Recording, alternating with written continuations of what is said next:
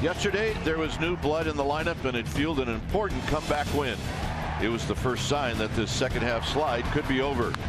But in order to truly turn things around, the Giants need to create some momentum and close out this homestand on a positive note. They look to take down the Nationals in the final game of the series, and it's next.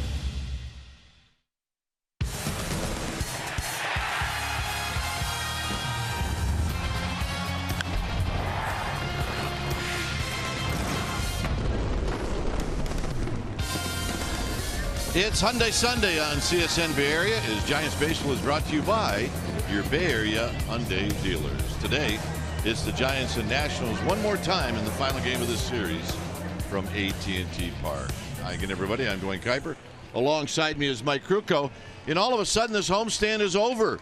After the game, the Giants will head out again to Philadelphia and two more cities after that. So, Mike, this is an important game because you'd like to head out on that road trip on a positive note. Well, momentum is very important, especially in the month of August. And this is the last day of July. They want to build some momentum going into a very important three-city road trip back east. Now, in order to do that, they need a good outing from Matt Cain. The last couple of outings, he's been building arm strength. He hasn't been as sharp as we saw him earlier in the year prior to his injury. But I think today, because of the he should be up to 80 to 100 pitches, he should be able to get them deep into this ball game.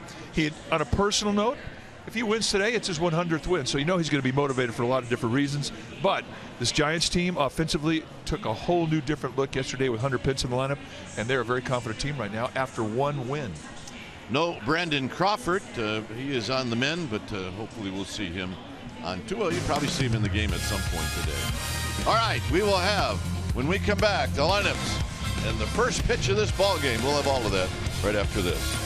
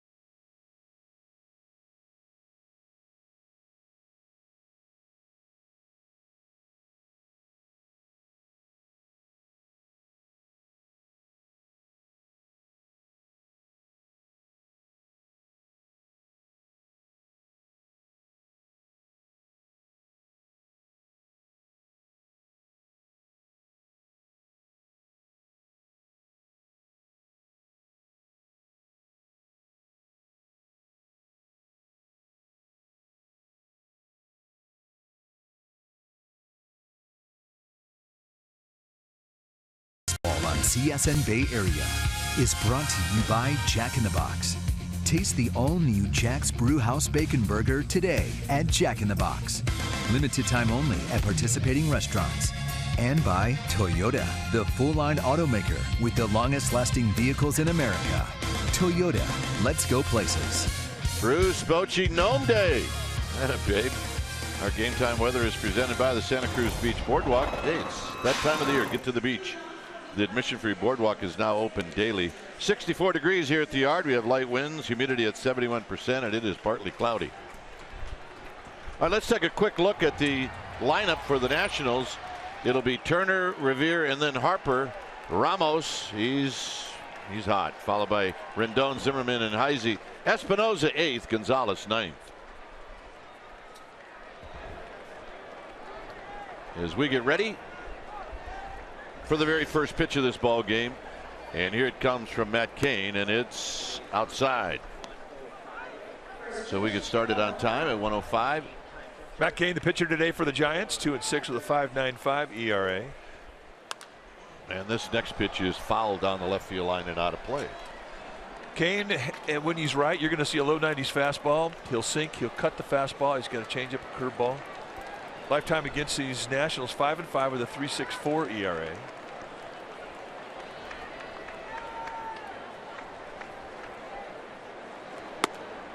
Cain's fastball is high and away. Turner's a rookie. He's hitting .339. He's got 7 runs batted in.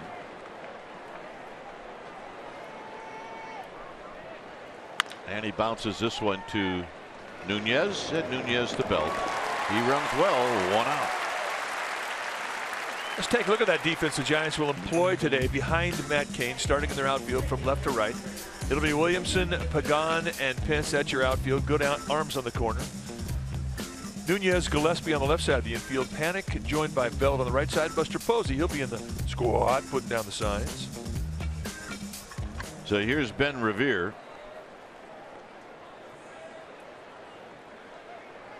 Ben Revere hitting at .214. He's a pest, and there's a called strike by Jim Joyce. James Hoy, Marvin Hudson, Chad Fairchild from first to third. Jim Joyce behind the dish. And Jim Joyce basically a low ball umpire, but I think he looks for strikes. You can earn corners with him if you show him you're a strike thrower early in the game, and occasionally you'll get a belt high call.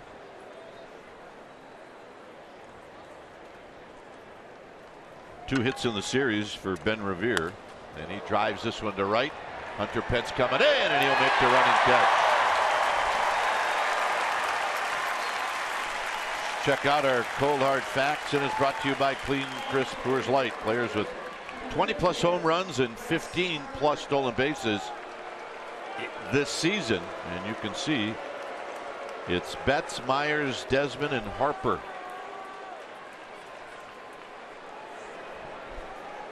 It's that great combination of power and speed.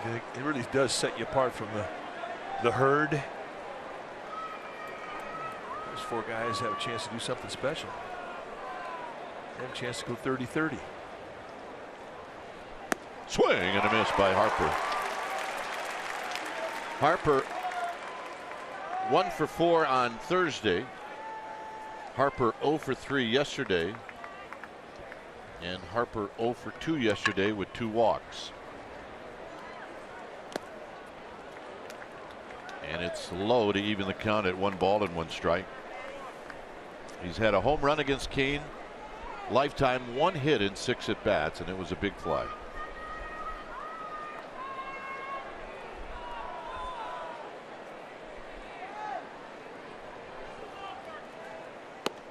Outside, not by much. It's 2 balls and 1 strike. The Nationals are 5-5 in their last 10 games. Giants are 2-4 on this homestand. Nationals do have a 5-game lead on the Marlins. Swinging a foul back, a wicked rip, and it's 2-2. Take a look at what Bryce Harper has done month to month. Started out hot. April, 9 home runs, 24 RBIs, hit 286. Really hit on hard times in June. Resurrected it in June rather, and then July it just really sputtered. And this is the last day of July. I'm sure he's happy to get out of the month. So 2 good months, 2 bad months for Harper. Not close. It's now 3-2. Easy take as Wilson Ramos awaits on deck. The big catcher. Cain. And a 3-2 count to Harper.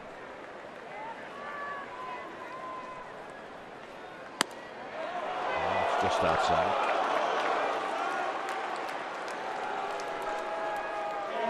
And that'll bring up Ramos. So 2-out walk.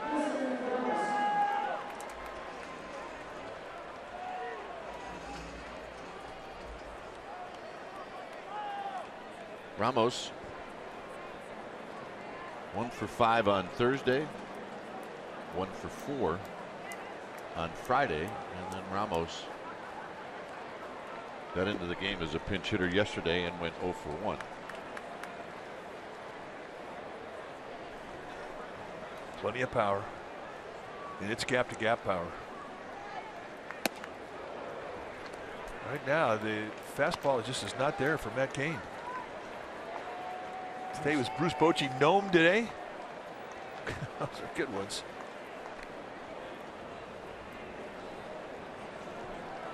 One ball and no strikes.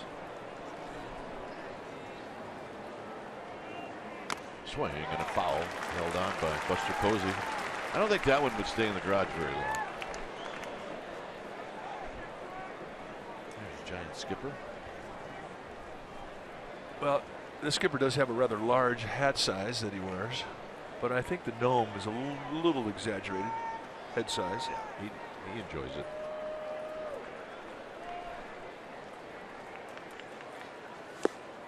In the dirt. Cain out of the stretch.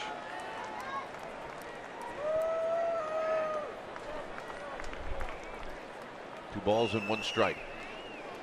For Cain to be effective, he has to be able to spot that fastball and then pitch off the fastball with his changeup. He'll enhance it with the cutter, steal strikes with the curveball, but the fastball changeup really are his 2 best weapons.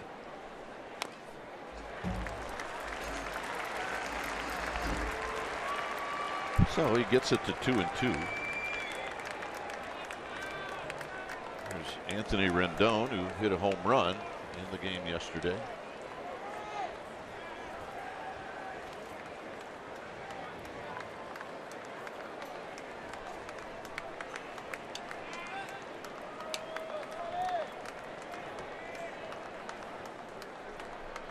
Two and 2. And a full count. Fastball just not there. I mean, those are pretty easy takes with 2 strikes. And that's with the fastball. We really haven't seen him struggle with the fastball command very much this year. Now last year that was an issue. Harper will take off. He goes, and this is driven to right. Pence back. Pence is going to make the catch in front of the wall, and it looked like the wind really knocked that ball down.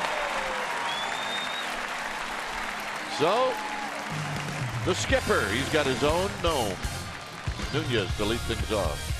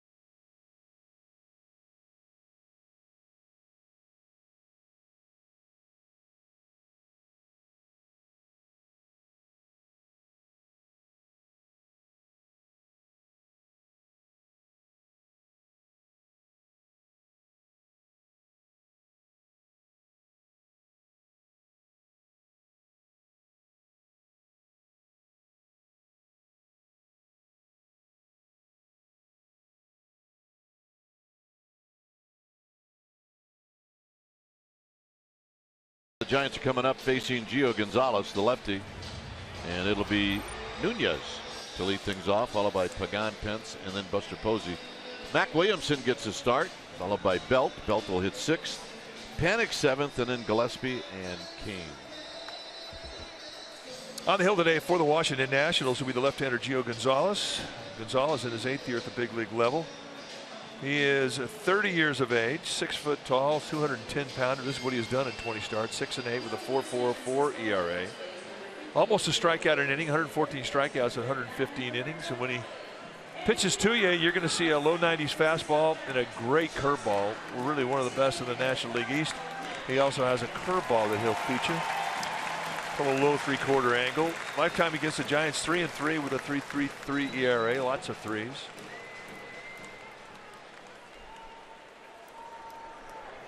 Nunez hitting at 297. He's got 12 home runs. Picked up 2 RBIs yesterday to get to 49. And he taps this one foul. Time for Togo's big play.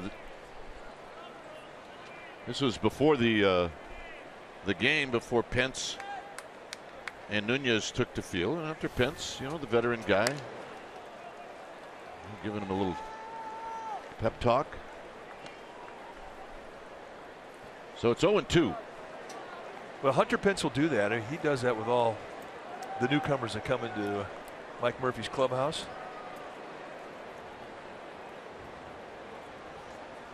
And that fastball is high. It's 1-2. And he just puts a positive thought in their mind. He'll say to a rookie coming up, hey, we've been waiting for you. We know you're ready. We know you're going to help us. With a veteran like Eduardo Nunez, you know, pretty much the same thing. Just a positive reinforcement that, hey, we're so glad to have you. We expect you to be a big part of this run. Now that you're here, we think we can win. Stuff like that. Center field, struck well. Ben Revere on the move, and he's going to run it down in front of the wall. Here is our Togo's big play the Togo's way. Yesterday, Nunez 2-run double in the 4th off of Ronaldo Lopez. That was the big hit of the game. I mean, that made everybody in that Giants dugout believers.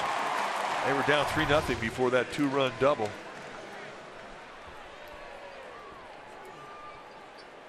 Here's Pagan. Pagan at 284, 6 home runs, 35 runs batted in, and he takes outside for a ball. That ball that Nunez hit, now keep in mind he's coming from Minnesota, and there's not a lot of home runs in center field Minnesota either. Pagan taking all the way, takes a strike.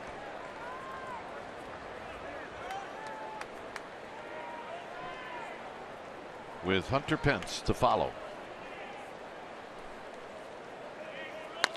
Tap slowly to second, and Turner's there. 2 outs.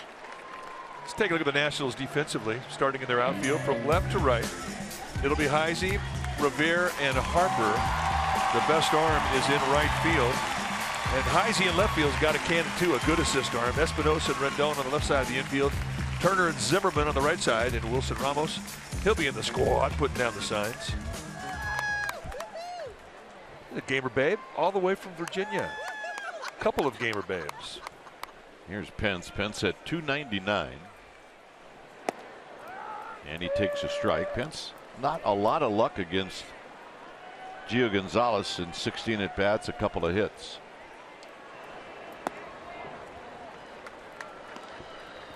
Did get a hit in his first at bat in the game yesterday. And overall went 1 for 3. Here it's 2-1 with Buster Posey on deck.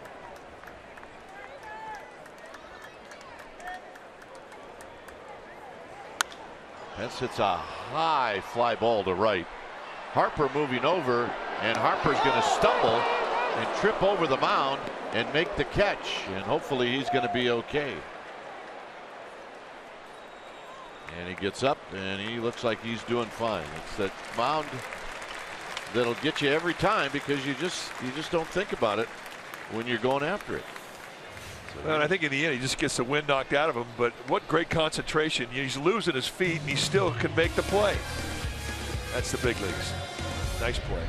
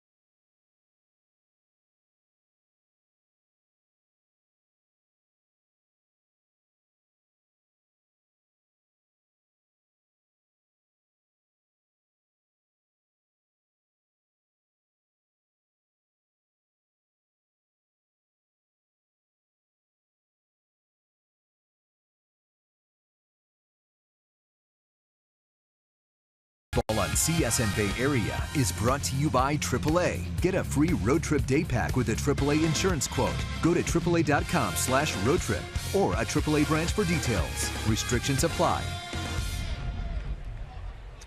No score as we go to inning number 2. Is Anthony Rendon's going to lead things off.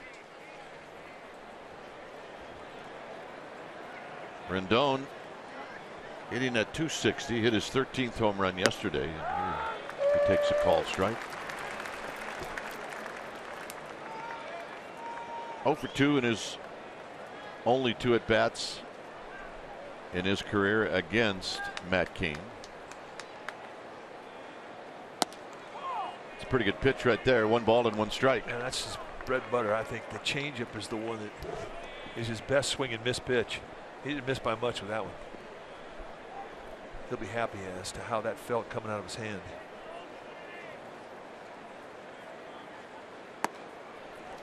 Nice easy fastball, make it 2 balls and 1 strike. Zimmerman on deck. Giants trying to even up the series with a win today, and then they'll get on a plane to Philadelphia. Swing, you're going to miss. 2-2. It's the one thing that Cain's always been able to do since he first got to the big leagues, and that's pitch across the letters. And he put some big postseason games in 2010 and 2012. 3-time All-Star. Gets jammed. This is Panic. And Panic's going to put it away. All right, Amy G's here on this beautiful day. Amy, what do you got? Well, you think the fans are just a little bit happy that Hunter Pence is back? They let him know yesterday with a huge standing ovation when he took the field. They cheered him for a long time. Of course, he acknowledged him. I talked to him today, guys, and he said he was extremely humbled and moved. He went on to say it's a privilege to play for this organization, for this city, for this fan base. Yesterday, guys, it gave him the chills. He said very special. Well, look, he's been giving the fans chills for a while. The moment he got here, right around what? Right around this time in 2012. Well, the thing about it, Pence, is there's nothing phony about the guy. There's nothing phony about the hustle he takes into the game. There's nothing phony about the way he lives his life. He is positive energy, 100%. Good placement with the fastball above the hands. He can go right back up there again with Zimmerman. That's where you want to pitch him.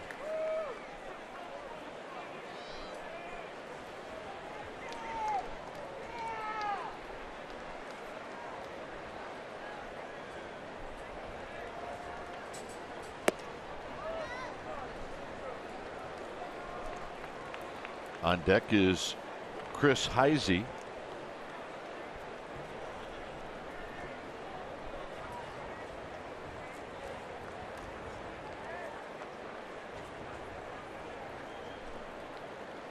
Got him. Right above the hands. Today, Hunter Pence took the field. And as we often see, the Giants will embrace a junior Giants player before the game. And this little girl came out and signed a few things. And then he says, all right, wave up there. And everybody in the stands waves. And then let's wave over there. And it's really a nice little tradition that he has created. Here's Heisey, who takes the pitch high. Just very charismatic. I can't wait to see him when he's a dad. 1-0. First time Heisey's been in the starting lineup. Heisey was with Dusty Baker in Cincinnati. He's hitting .227. He's got 4 home runs, 7 driven in.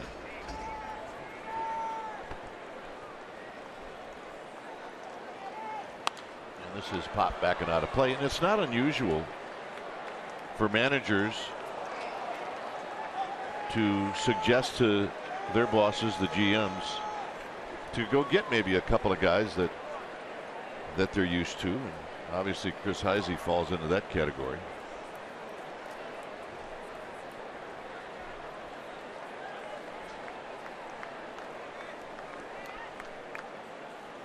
Look out. 3-1. I always thought that said a whole lot about a player when a manager changes teams and then that manager will ask that general manager to get that player from the team he just came from. And Heisey, one of those guys.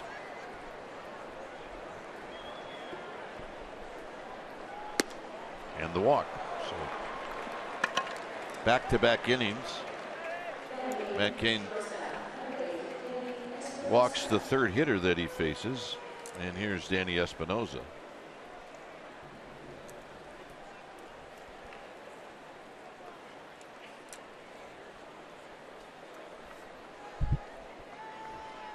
Espinosa average is down, but all the other numbers are very good.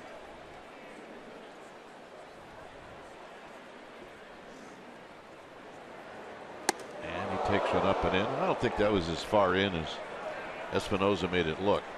Well, he definitely dives out there looking away, and watch him walk into this. It almost clips him on the tricep of his right arm. It's high, but it also could have been on the inside corner. Well, I would expect to see more fastballs go in there, because he wants the ball middle away.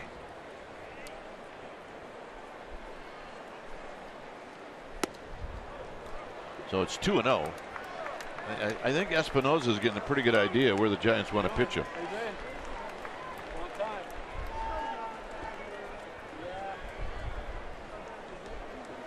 That's what Cain has already established, 2 fastballs in the eye of Espinosa. This is where he throws his changeup.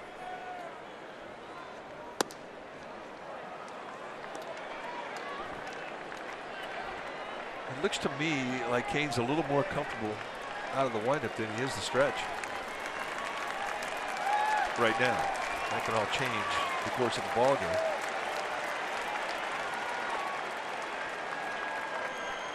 Pitcher on deck.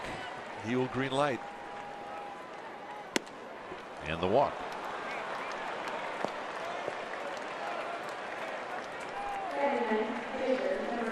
Gio Gonzalez is 3 for 29. You still got to pitch him like he's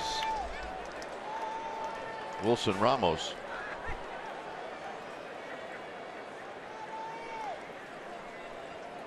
Two walks, Heisey at second, Espinosa at first. We're in the bottom of the second inning. Beautiful, beautiful Sunday afternoon. Doesn't get any better than this. And a strike to Gonzalez. With the cutter. Suppose this is all right. He's having troubles with the fastball. Let's throw another pitch. And it is a great day for a sombrero. Every day is a great day for a sombrero. That's exactly right.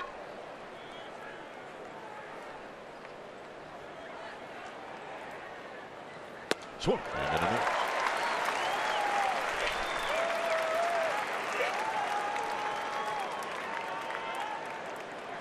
Bless you. It came on quick, doesn't it? Yeah, it does. This time of year. And the pitch is high.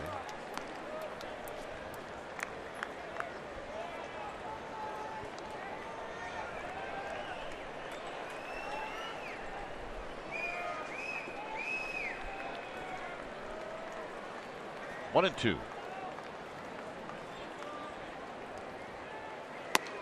2 balls, 2 strikes. Just underneath, got a little push in that release.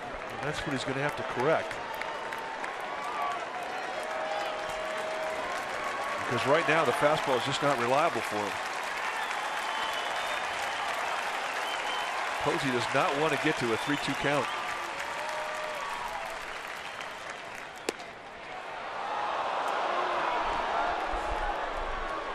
And that's what Cain is faced with now. An absolute get it in situation here. Pitch number 25 in the inning.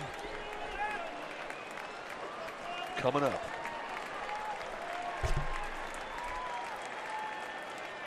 And he got him, and that'll end the inning. So the 2 walks don't hurt. Posey, Williamson, Belt coming up.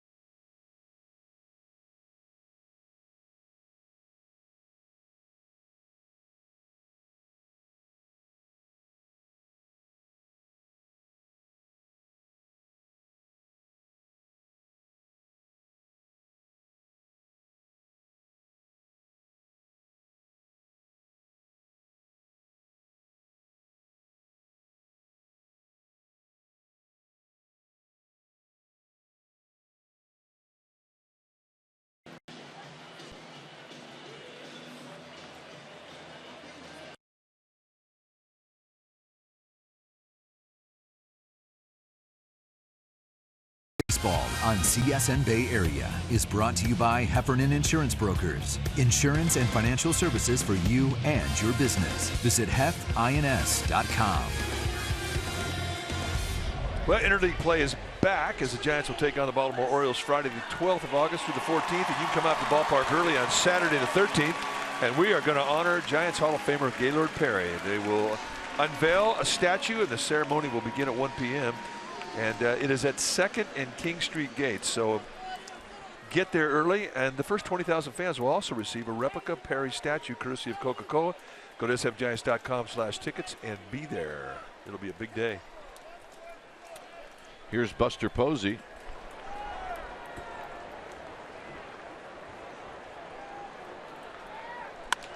And a base hit on the first pitch for Buster Posey. Gio Gonzalez is upset. I mean, that ball went right by his glove. He thought he should have had it. So Buster gets a hit that reaches the outfield. He had 2 infield singles yesterday. Yeah, that's awesome. Watch how close to the glove this is. And Gonzalez is not happy. The 2-seam get it in fastball going right back up. Does anger you a bit. Here's Mac Williamson hitting at .247, 6 home runs, 15 runs batted in. And he takes up and in. After Williamson, it's 3 left-handed hitters.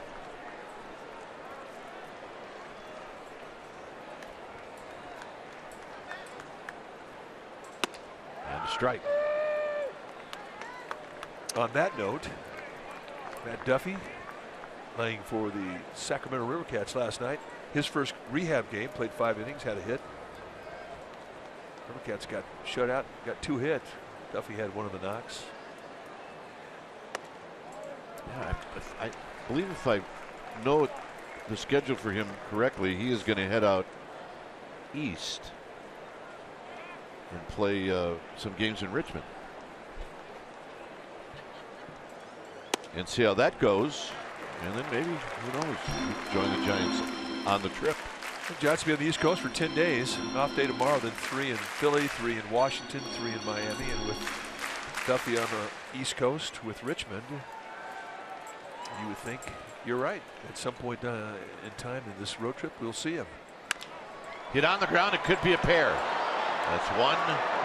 That's 2.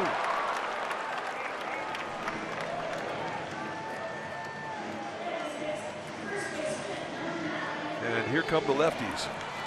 And here they come.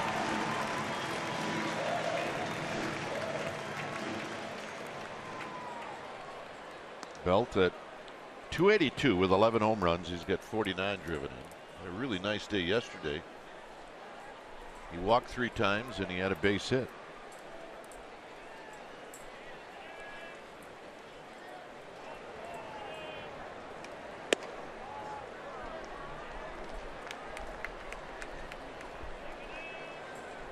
Gonzalez this year against lefties, they're hitting .202, righties .272.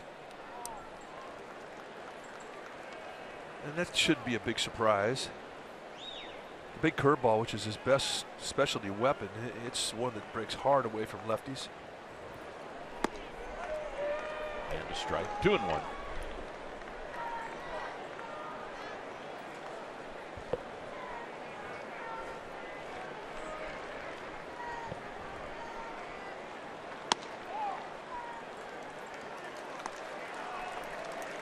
A lot of 3-ball counts when Brandon Belt steps in that batter's box. And he can go 2 to 3-2 as good as anybody in the game. And Belt with a base hit. And he will not challenge Harper. Wise decision. And here's Penning. A lot of good attitude in the stands today. Gorgeous day here in the Bay Area. Right, sunny day. The carry to the ballpark right now is to left center and center. For a right-hander to hit the ball to right field today, he's going to have to absolutely get every bit of it.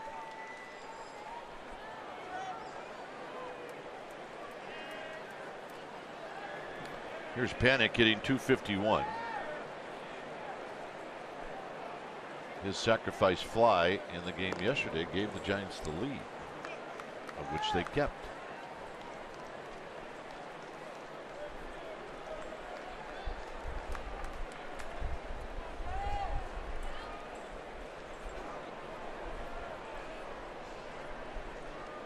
And a strike.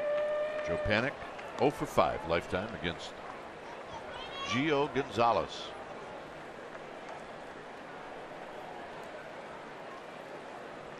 Well, I think there's a lot of left-handed hitters out there that can say that.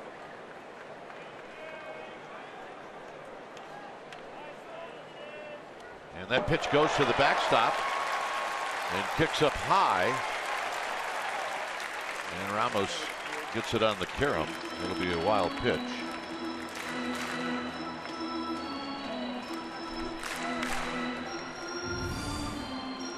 Take a look at the breaking ball down in the dirt. Just did not come up for Ramos.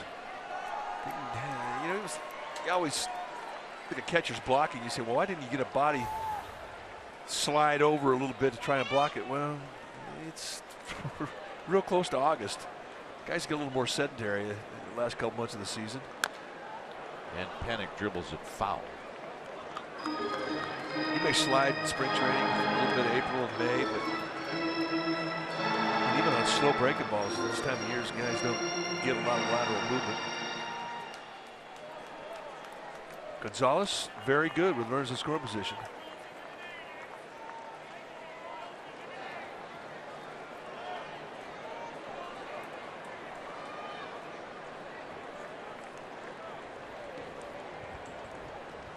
One and two. 2 balls, 2 strikes.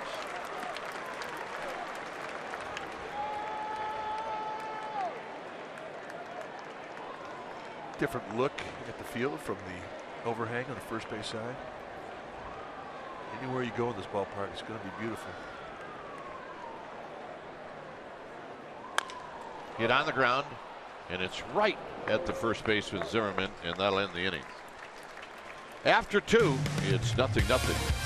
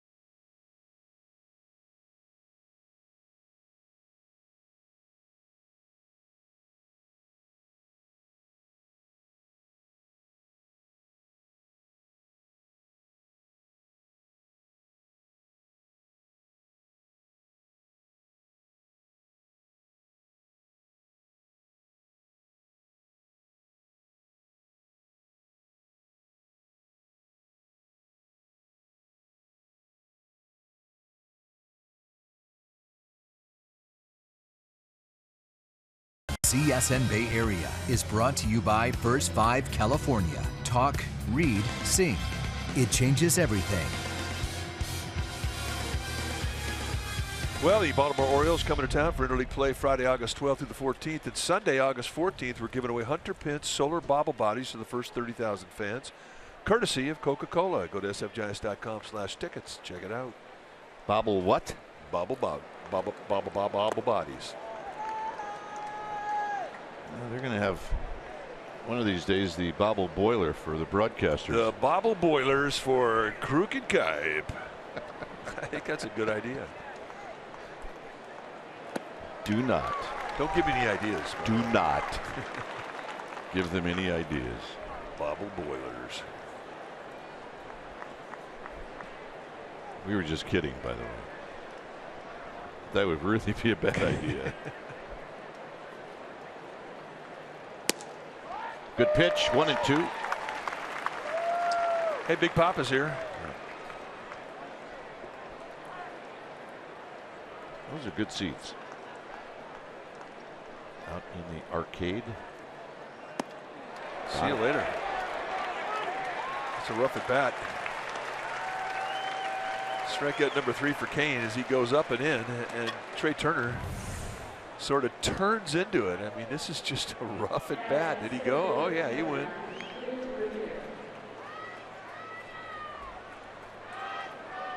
And a look from the side as he comes back across home plate. He didn't break his wrist. Remember that one? Yeah. I think we were yelling that in the backyard 50 years ago. Didn't break his wrist. There's a pitch outside to Ben Revere.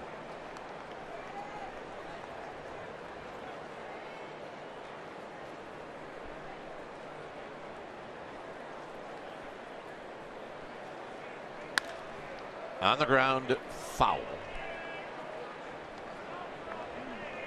Come on, Vince. Vince Gomez, retired music teacher. You got to hear Vince play the upright bass. And over on the third base side, Brian Reed, our ball dude.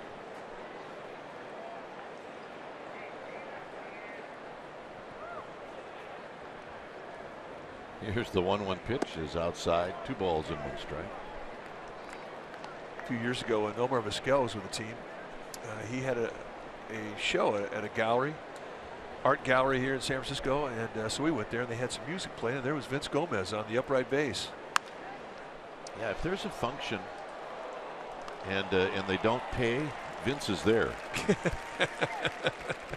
He was jamming though. He was really good. Vince has got he's the volunteer music man right there.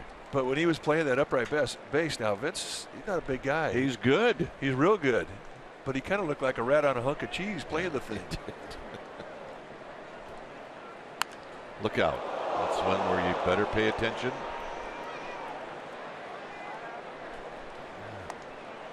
You got everybody's attention now. Even Ben Revere is looking. This gentleman says, I'm okay. I'm scared. Just so it didn't hit my little guy, I'm good. All right, please, everybody leave me alone. I'm fine. I'm good. Well, Michelle's going to go over there and give him a hug. And a beer. I guess he got it nicked in the forehead. We'll keep an eye on him, but we think he's okay. Oh, he took that beer pretty fast.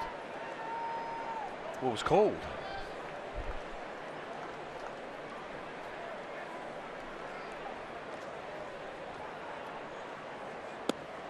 Got him. Nice, quick little cutter on the backside. That's the way you do it, isn't it? Well, yeah. Gamer. Well, we'll keep an eye on him. We hope that he's going to be all right.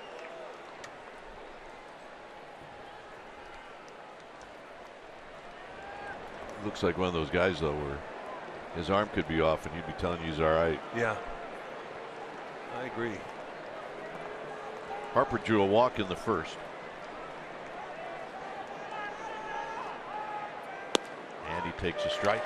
Little cutter has come alive.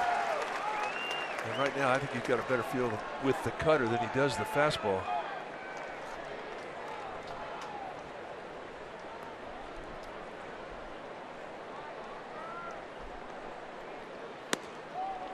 Ooh, good fastball there, and he did not push that one.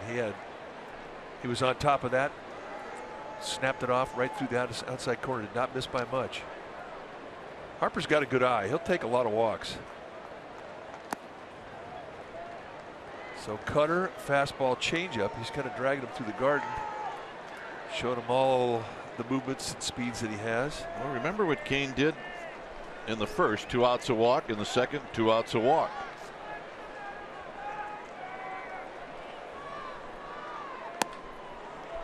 With Wilson Ramos on deck. And underneath that one. Talking about MVPs and how young. Might have blew the youngest. Yep. And it's 3-2. It's pretty cool. 4 22-year-olds in baseball history that have won the Most Valuable Player award. Fighter that year won the Cy Young and the MVP in the American League. Johnny Bench, Stan Musial, Bryce Harper, all National Leaguers.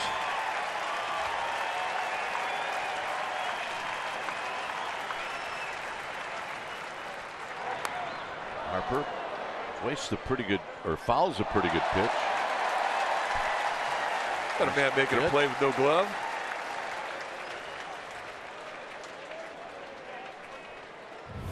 All right, let's take a look at our Exmo. It's brought to you by your local Toyota dealer. 2 hands. Nice. Make you jump and sing and dance right there.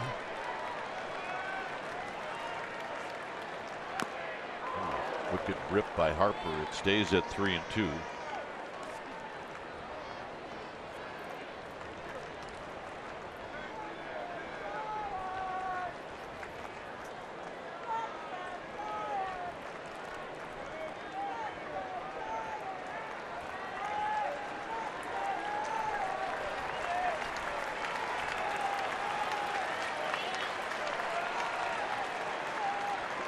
And the payoff.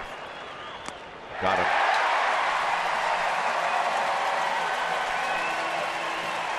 Kane strikes out the side. He's got 5.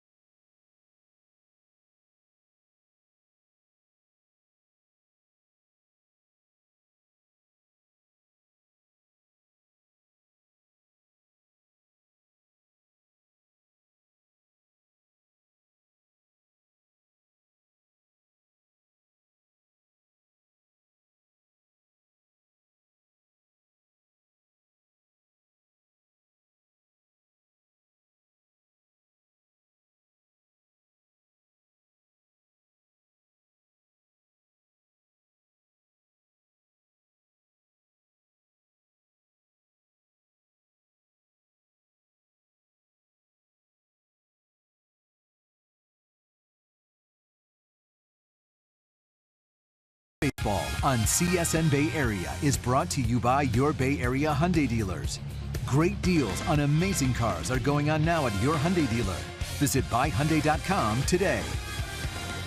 Giants Insider Podcast is sponsored by Max Muscle Sports Nutrition, and it's live on csnbayarea.com. You can log on to each week and check out insider Alex Pavlovich as he talks baseball. It's also available on iTunes.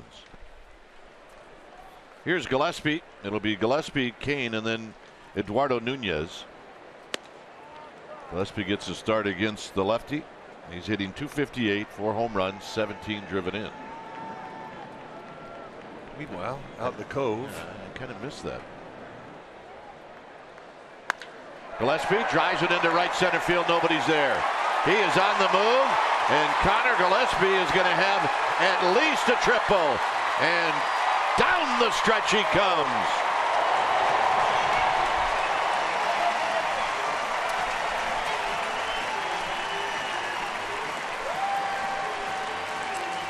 lights up this crowd.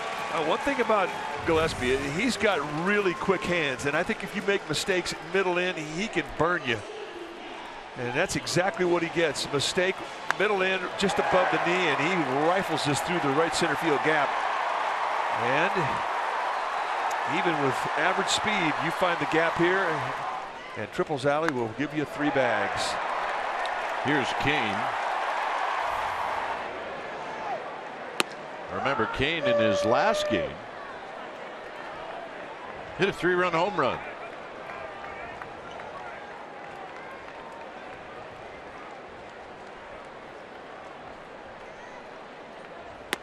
And right now, Gio Gonzalez is pitching to him like he hit a 3-run home run in his last at bat. Well, you're right. And I think Gio Gonzalez, we talked about, he averaged just about a strikeout an inning.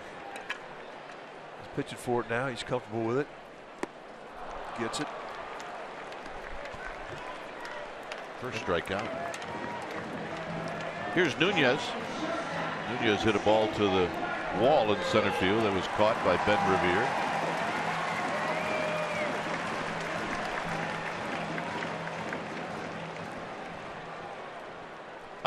RBI opportunity for Nunez. The Nationals infield will play back with the exception of Rendon at third.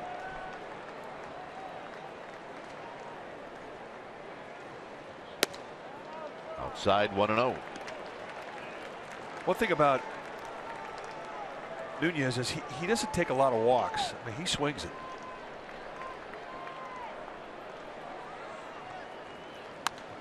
Fouls it back. 1 ball and 1 strike. Gillespie at third, you're going to need at least a medium fly ball if you're going to hit it to left field or right field. There's really good arms. You don't have much of an arm in center field with Ben Revere.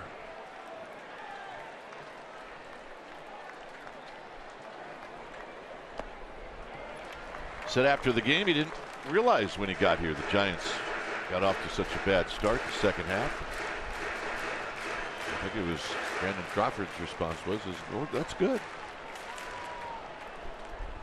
All of a sudden he's in a team meeting. It's 3 balls and 1 strike.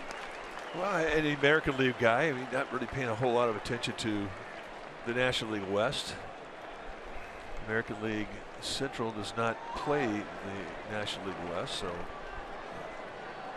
they don't concern themselves with the teams they're not going to play with. Hit on the ground foul. It's now 3-2. Ball, dude. Not a bad. Oh, yeah. Been waiting for that. Yeah, it was Lego Day yesterday. So now Baum's throwing the Buster down over that wall in left field where the kids are at. That is so cool. Very cool. And the walk. Easy take there.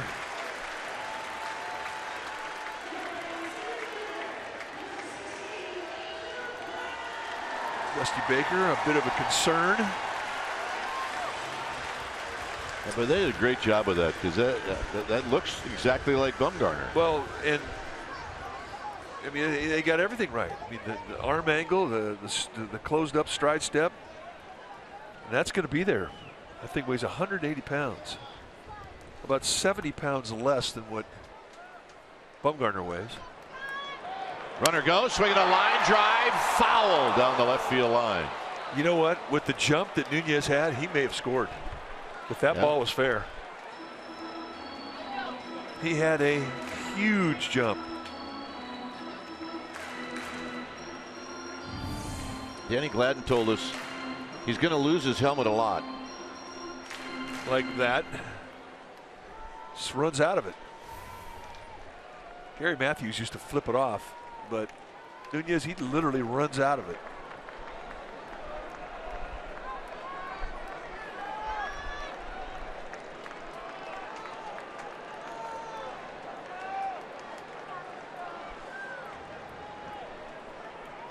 Pagan out of the box.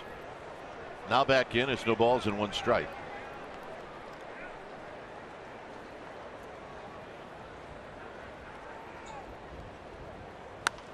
Out of play. 0-2.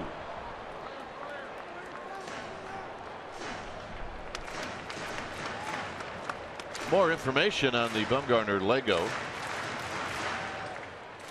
Makes right around 180 pounds, 300 hours to build and design.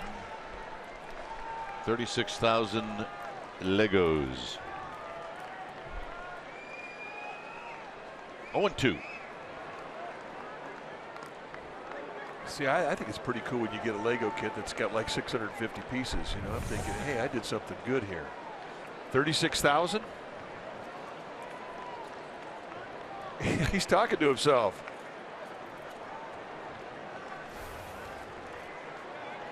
Oh, 2.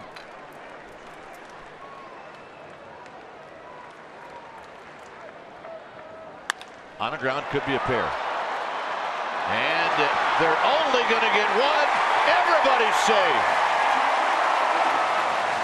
And a run comes in, and the Giants lead. Wow. Turner's backflip got away from him.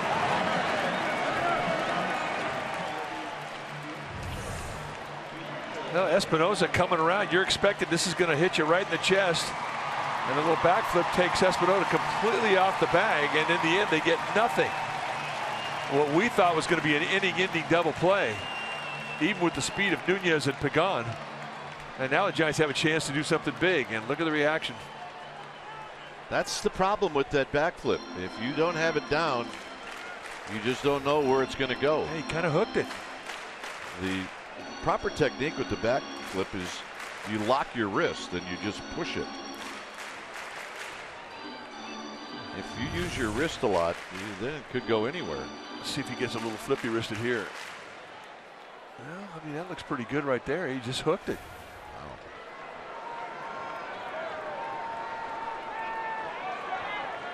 I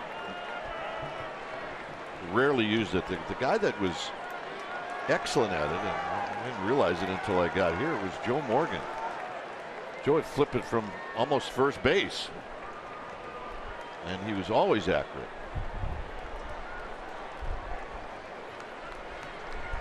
Wasn't a whole lot that he couldn't do on a baseball field. I always thought he was overrated when I got there. Well, he was a second baseman, so were you. Here's Pence. Pence pops it up. And Doan's going to make the catch. The infield fly had been called. Just kidding, Joe, if you're watching. But you probably knew that. Here's Buster Posey.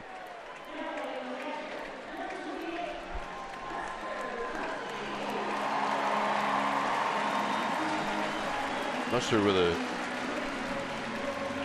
solid single up the middle in the second inning.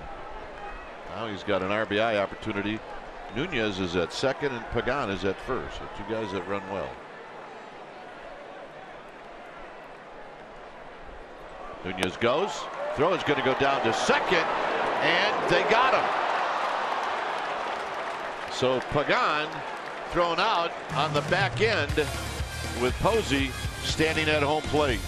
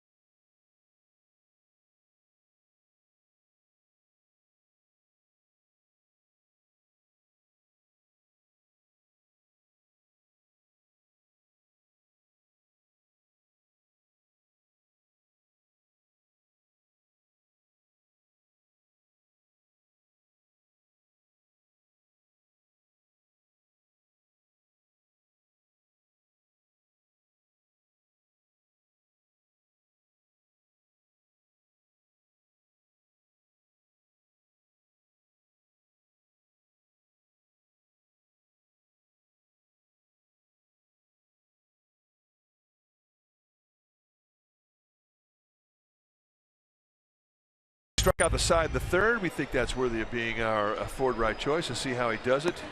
Trey Turner, fastball, see you later. A little backdoor cutter, and he gets Revere.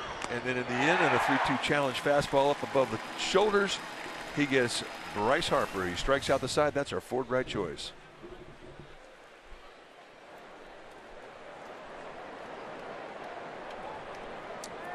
Ramos, Rendon, Zimmerman. 1-0 Giants. Not too sure Bruce Bochy's enthusiastic about how that inning ended. Oh, I'm sure he's ticked. This is skied into left center field for Pagan, and Pagan's going to battle the wind and the sun. 1 out. Amy G, what's up? All right, guys, an update on Matt Duffy. I got a chance to speak to him before the game today. He played 5 innings yesterday, went 1 for 2, and he told me he feels really great. The most important part, he didn't get bothered by the Achilles at all. He didn't even think about it. He is scheduled to DH today, play 7 innings tomorrow with the River Cats. Then, guys, he's going to join AA Richmond and Altoona while the team is on their East Coast swing. Dwayne? All right. So we guessed most of that. Altoona. 1 ball and no strikes to Anthony Rendon. Rendon popped out to Panic in the second. And he takes low 2-0.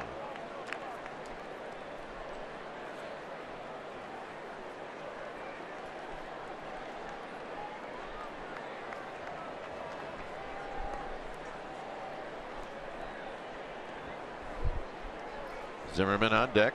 Kane in the 2-0 pitch to Rendon. Close 3-0. 66 pitches from Matt Kane. Giants used Reynolds, Strickland, Law, Lopez, Romo, and Casilla yesterday, as there's a strike. Law threw the most pitches at 23. Strickland threw 19. So we'll see what Bruce Bochy's got left for bullets in that bullpen.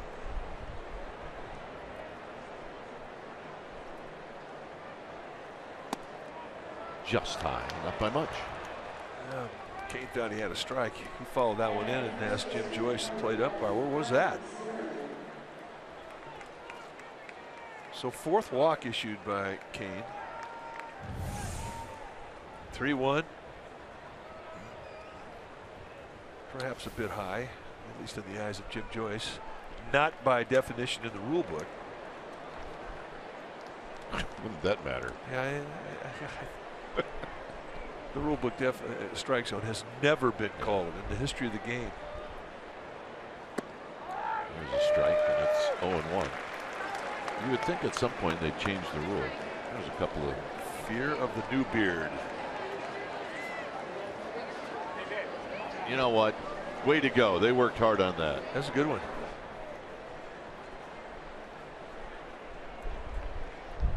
Rendon, a guy that will go.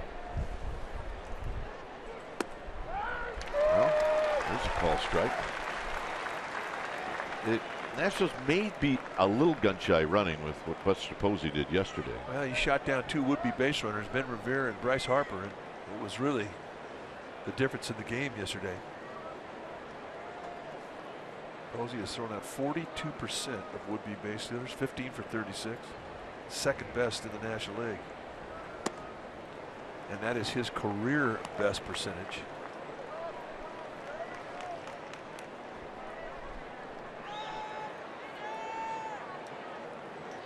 Martin Maldonado with the Brewers is at 50%. If you're at 25%, the organization's pretty psyched about it. 2-2.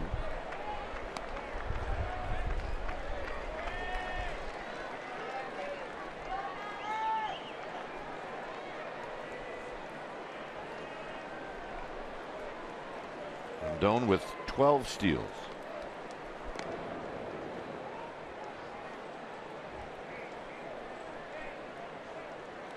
Arizona leading the Dodgers 1-0 that game. is in the 30. Orange and black, ready to attack. Runner goes. Swinging a fly ball center field. And Pagan is right underneath it, and he'll make the catch. Talked about Buster Posey yesterday. First was Ben Rivera, who tried to steal on him.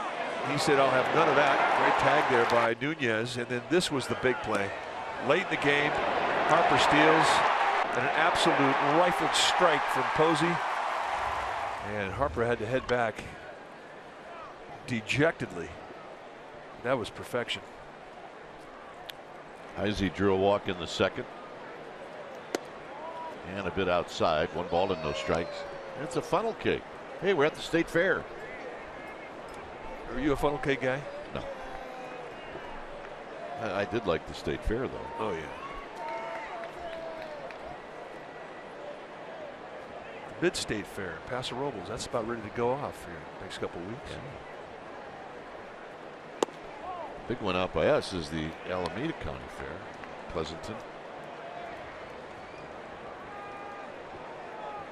It was great when you're kids to go because it's just a full day. Did you ever show a pig or a cow? I showed a cow once, hated it. Man, my kids showed pigs.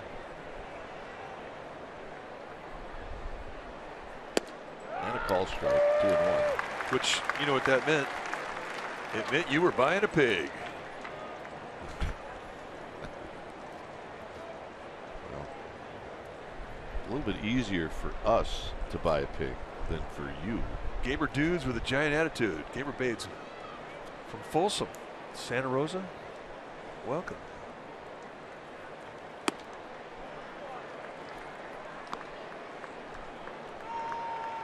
From the city, right? Folsom. Yeah. Not the prison. Well, no, there's a city, Folsom. I don't think they were from the prison. 3-1. 3-2.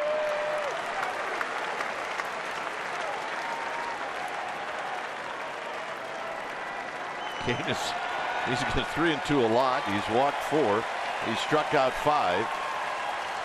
And now on this pitch, Rendon is going to go. So you got to cover the gaps.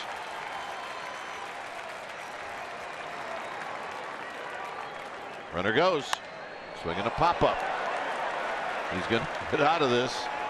His belt will wait and put it away. Well, it's not a perfect game. Let's put it that way. It's 1-0 Giants.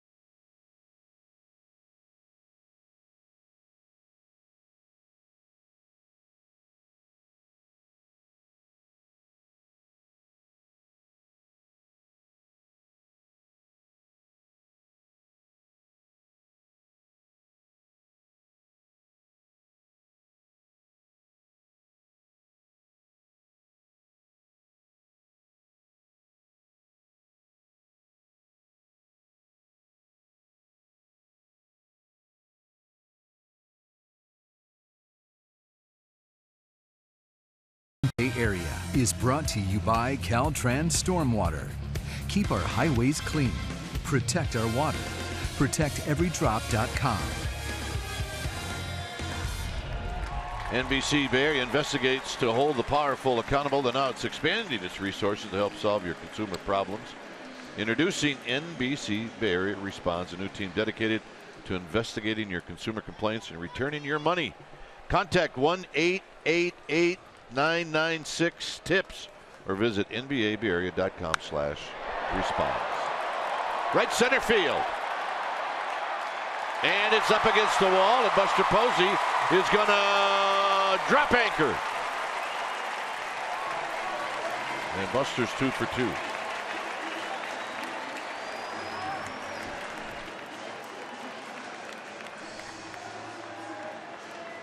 Giants doubles leaders. Buster Posey now joins Matt Williams, 13th on the all-time Giants, San Francisco Giants list. And let's take a look at what he gets. A big fastball cut right in the outside corner above the belt. And he hits it right. One hop of the wall in right center. I'm sure he's saying to himself, I wish there were a couple of guys on when I did that. Or I wish I'd have hit that in Cincinnati. Or Washington.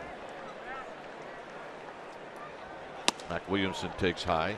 When Buster's career is done and he plays, I'm going to say 15 years here, I'll bet he could have lost 50 home runs. Maybe 100.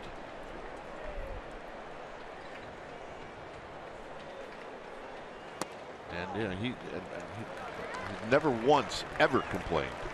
Well, they tried to bait him when he was young about the ballpark, and he said, well, you know what, I just have to hit her farther. Yeah. And I can do that.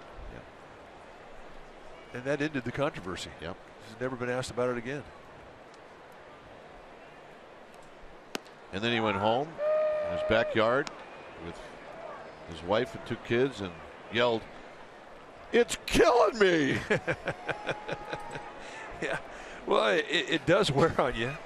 And these guys know it. I mean, Brandon Belt happens to him a lot. Well, Crawford goes the other way as good as anybody. Good eye from Mac Williamson, 3-1. I mean, you play in this ballpark as a Giant, and you're going to lose home runs.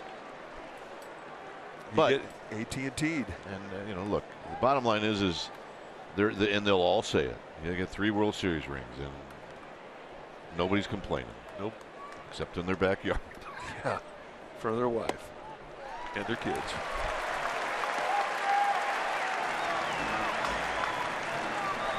Well, follow Giants Baseball Live with the MLB.com at Bat app. You can download the MLB.com at Bat, #1 app for live baseball on your phone and tablet. Check it out. Nice at bat, Mac Williamson.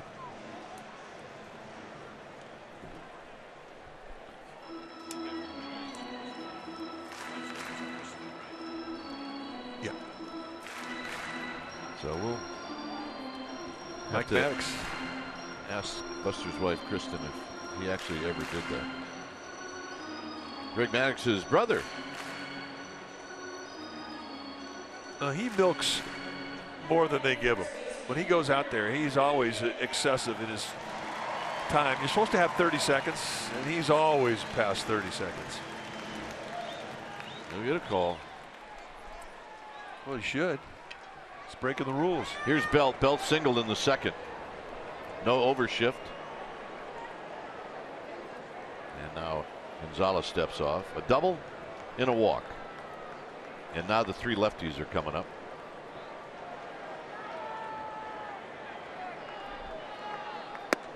Down low, 1 ball and no strikes.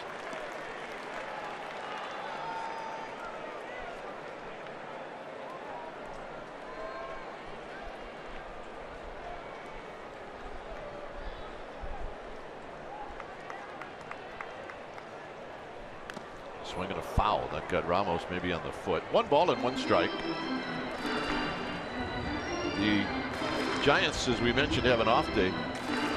They'll fly to Philadelphia, land in the middle of the night, and the Nationals are headed to Arizona. They will play tomorrow. Looks like that ball got Ramos right on the right calf.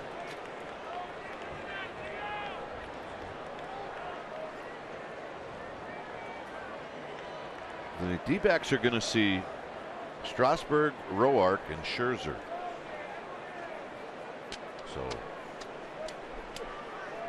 strap it on, D-backs.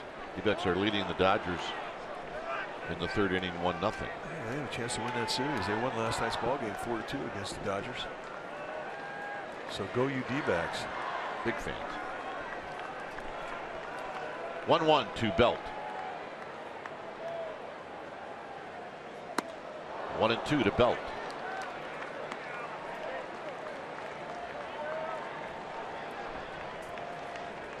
Fastball challenge up above the belt. This is where Belt gets tough when it comes to taking pitches.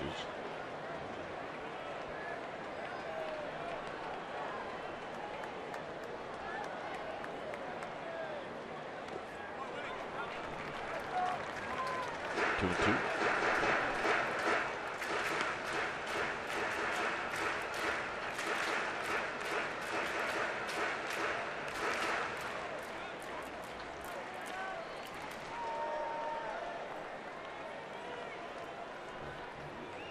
Posey at second, Williamson at first.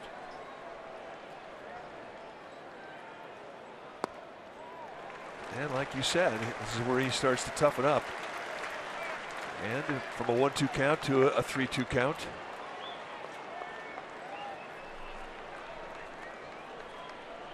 Now do you start the runners? After last inning, probably not.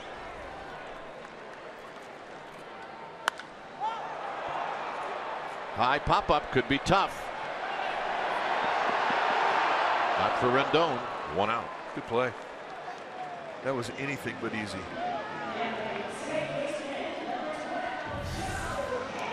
A lot of sun, a lot of wind. And Rendon just doesn't seem to be too impressed with anything. No. Plus, everybody's yelling at you to drop it.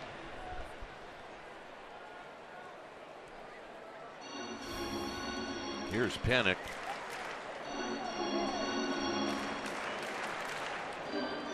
Joe Panic bounced out to Zimmerman in the second inning. 1-0 Giants. He's got the sombrero on. Got his rally cap. That's right. Rally cap's coming all forms, right? Yeah, they do. Panic drives one to right. And Harper's right there to make the catch. Well, he hit that ball right on the nose.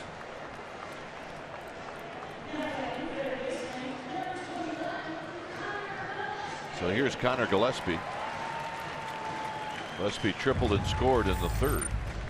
Got a fastball middle in. They set an outside target. And he jumps on the location mistake. Finds a gap. And a leadoff triple. Giants are able to get him in.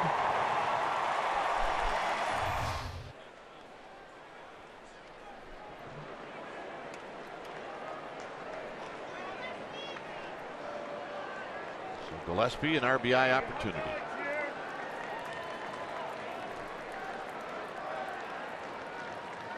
And a curveball for a strike. It's a big rainbow. And a slight crossover step too from Gio Gonzalez. So if you're hitting off from the left side, that ball looks like it's coming from behind you when it leaves his hand.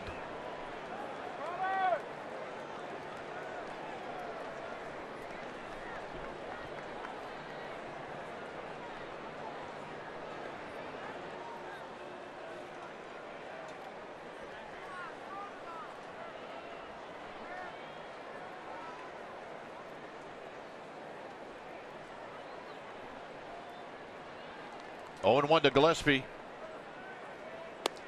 And he throws him another one. And it's 1 ball and 1 strike.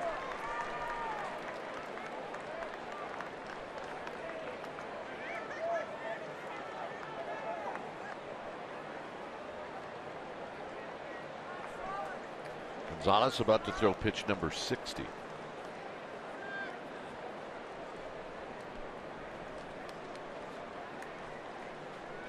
Here it is. On the ground to second. And that'll end the inning. Giants waste a leadoff double. 5th inning coming up.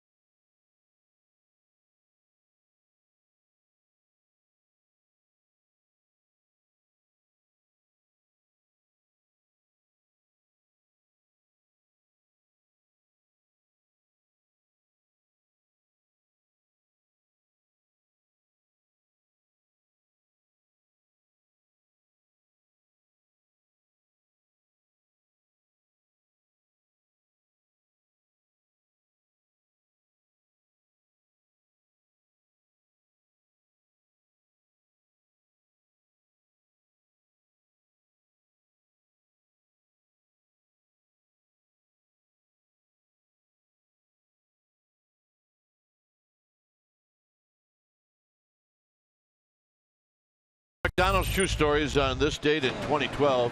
Hunter Pence was acquired from the Phillies.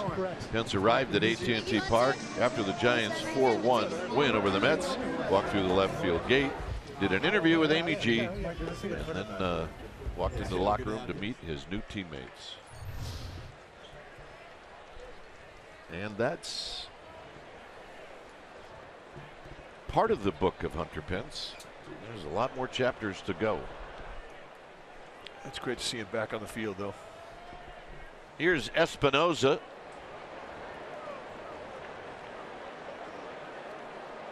Espinoza takes a pitch not close, 1 ball and no strikes. Drew a walk in the second.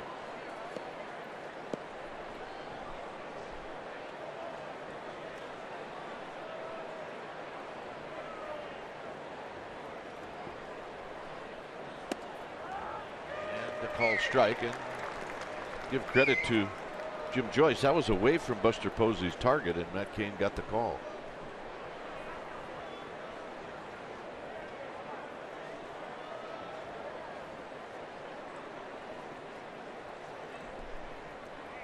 Right down Van Ness. It's 1-2. You know, a lot of umpires, they just don't call pitches that are not between a catcher's knees. But Jim Joyce has his strike zone, and regardless of where the catcher sets, he's going to call to his strike zone.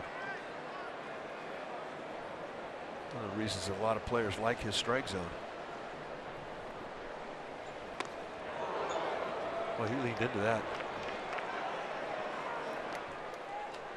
So a 1-2 count, you lose it by a fastball that cuts into the arm of Espinoza. I mean, you're supposed to avoid contact. And he just drops his arm right into it. Gonzalez struck out in the second. Giants going to get the bullpen going. Well, pitch count dictates it. There's the bunt. It's a good bunt. And Belt to panic.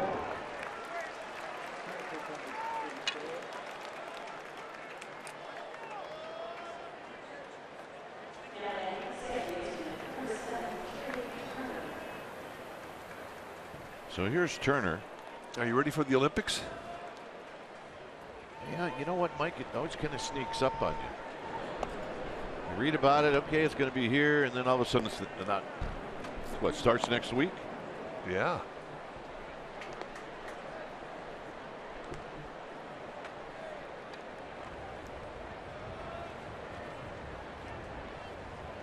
Turner takes a curveball high.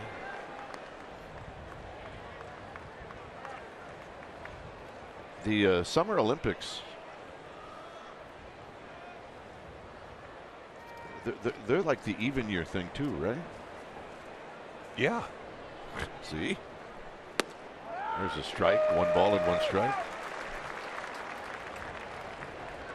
I think that's awesome what they did. Every 2 years you got some kind of Olympics. It was hard to wait for 4 years, as you see Matt Reynolds starting to heat up.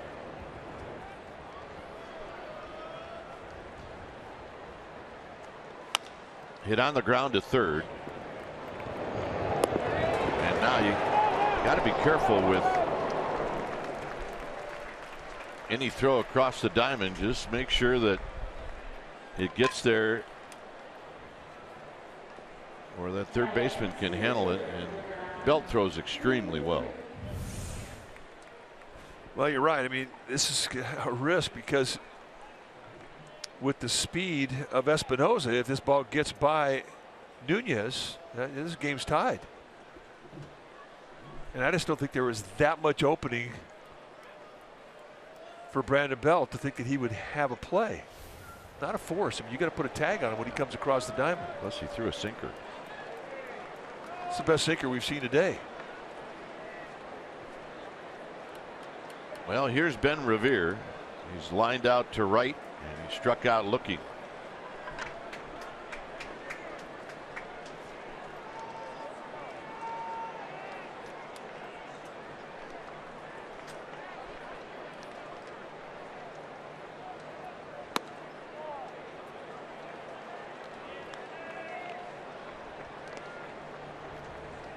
Connor Gillespie has to respect the bunt. He's playing even on the grass at third base.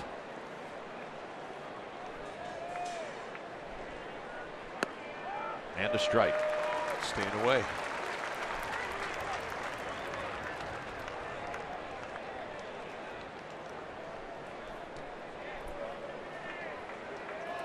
Next pitch, number 90. Out of play.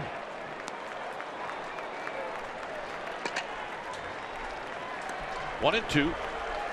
Tying run at third.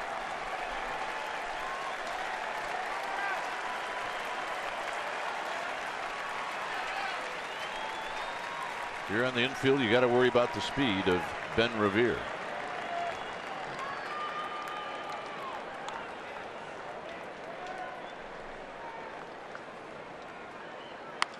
Down the left field line, foul. Play, Taira Uematsu. Tyra. A bit. Tyra's an SIU grad. He's a Saluki. Tyra went to class. Well, so did you, did you? Yeah, well, yeah, absolutely. 1 and 2.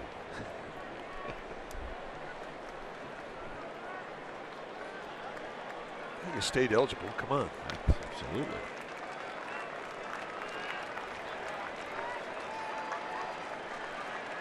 One ball, two strikes. 2 and 2. A lot of lucky pins. I'd say that hat weighs about 10 pounds. Not exaggerating. Well, the way Strickland has now joined Reynolds.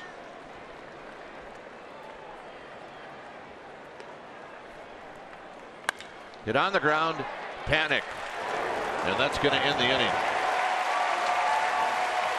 Giants hang on. It's 1-0.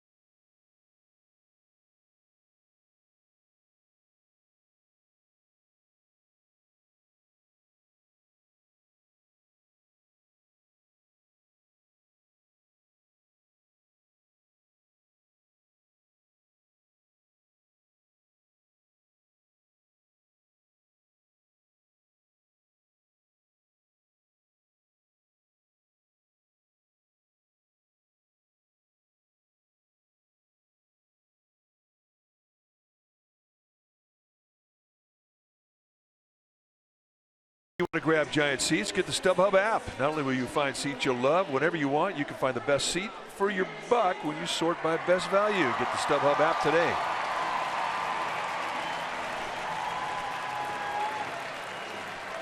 Well, the crowd loves this because guess who's going to pinch hit? Well, Madison Bumgarner going to come up there.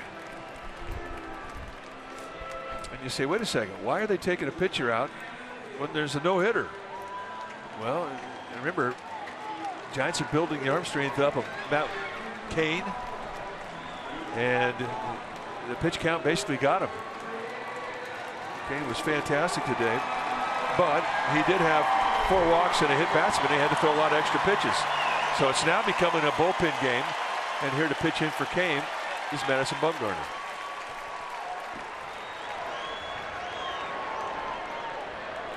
And then Eduardo Nunez, and then Pagan. You think Nunez is wondering what the heck is going on? Well, yeah, he's not used to seeing pitchers pinch hit, but Denard Span a bit dinged up. Brandon Crawford a bit dinged up. Swing, gonna miss. 1 ball and 1 strike. Pretty good rip right there. I'm going to just ask Jim Joyce if that was a strike. A nice outing for Matt Cain. Well, he'll be happy about it. Bumgarner drives one to right.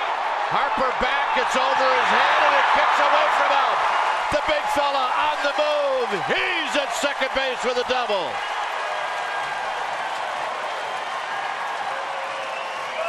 And Nunez is not used to seeing that either. A pitcher pinch hit and hit one off the opposite wall.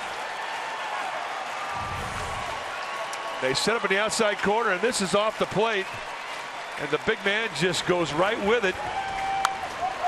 And it's a bullet right off the bricks. And here's where it kicks away from Harper. And Matt Cain. Whoa, whoa. What I'm talking about. Well, Bumgarner just came in for a pinch runner, and he got one of the biggest ovations you're ever going to hear.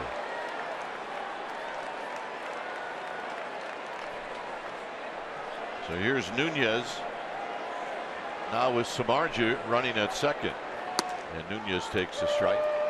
This team is not boring. No, not. And one thing that Bumgarner will do in the dugout in the ear of Bruce Bochy is he'll tell him, "Hey, I can hit. If you need me to hit, I can hit."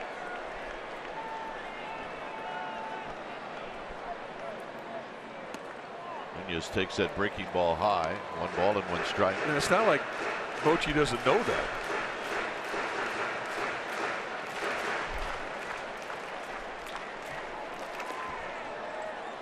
But big man gets a leadoff double.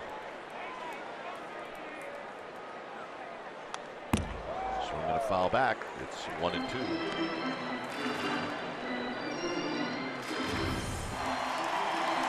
And here's the response when he heads back to the dugout. Everybody loving it, and here's the hero's welcome you love when you get back to the dugout after you've done something good. 1-2. Nunez hits a high fly ball to left. This will be Heisey, and he'll make the catch. 1 out. And now it's Pagan. Pagan's got the only RBI in the game. He hit a ground ball that Turner could not handle. Well, he handled the ground ball. He just didn't handle the throw.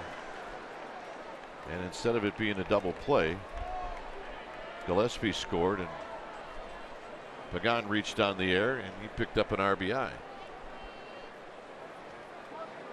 0 for 2. And a pop-up to left. And it's going to be Heisey who makes the play. And here's Pence. Like to get that guy from second to third, which the Giants didn't do. Last Giants pitcher with a pinch hit double was Ray Sadecki. He did it back in 1967 in the first game of a doubleheader. Ray could hit. Pence in the box.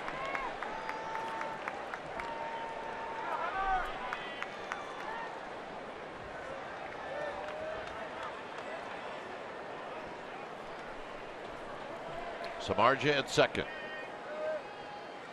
Pence takes low. 1 ball and no strikes.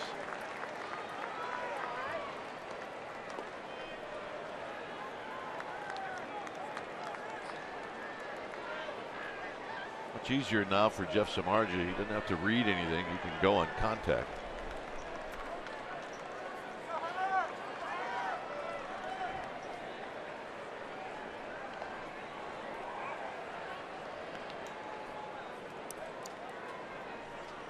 The pitch.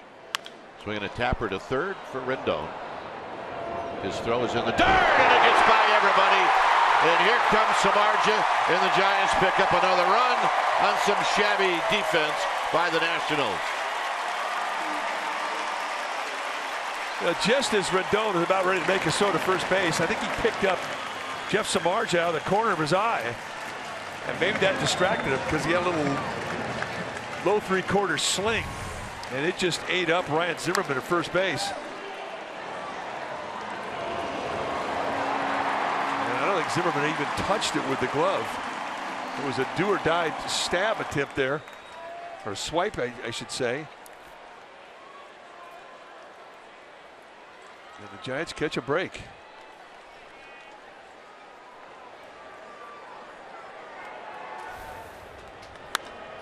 Posey down the right field line, hit well, foul. You start to see Buster Posey going that way with authority.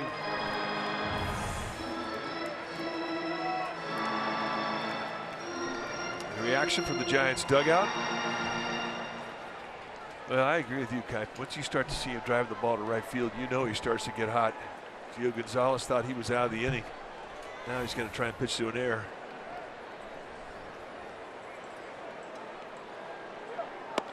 Gio Gonzalez should have a shutout going. You're exactly right. And his defense has really let him down today. Posey's also going to a couple of good cities to hit in, and that's Philadelphia and Washington.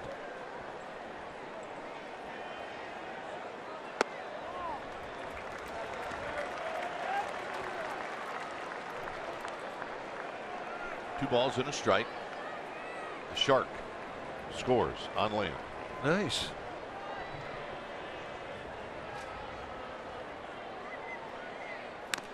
Foul, 2-2. Well, looks like it's going to be Strickland, or is it Contos? It's Contos.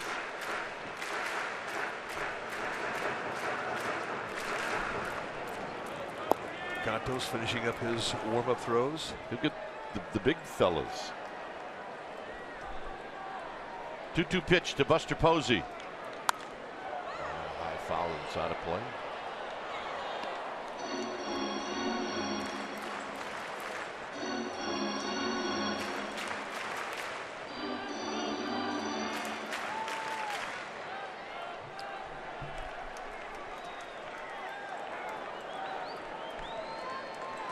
Two and two. On the ground to Rendon, and that throw a bit wide, and they got him. Giants pick up a run. It's 2-0.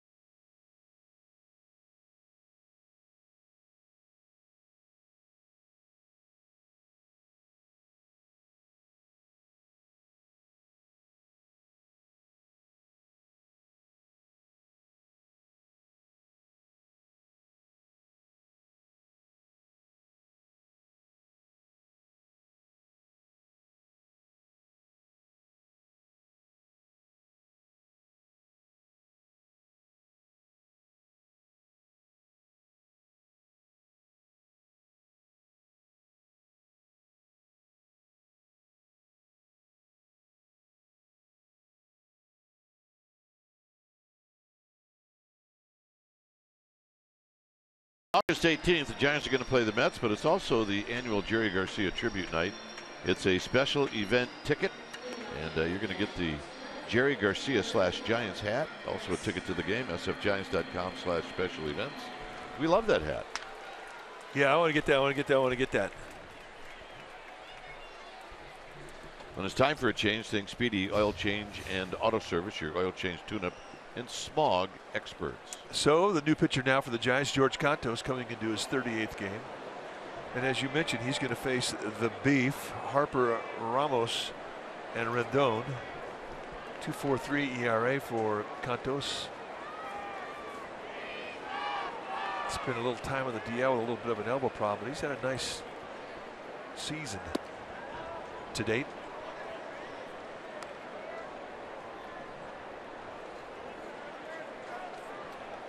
Harper is walked, and then Kane struck him out.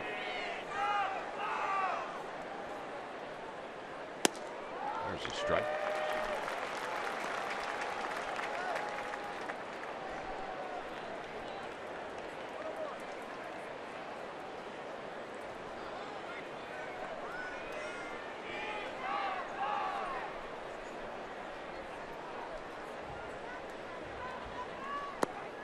Two balls and one strike.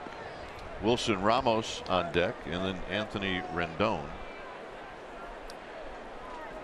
Gotta be careful with these Nationals. They all have power.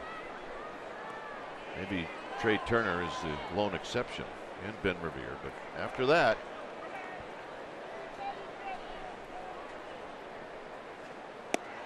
good pitch. 2-2. Nice little backdoor cutter.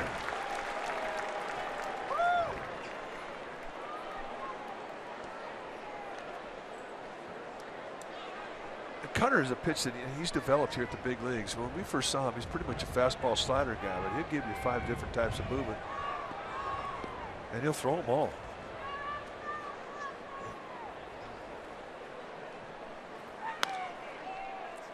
Pulled foul.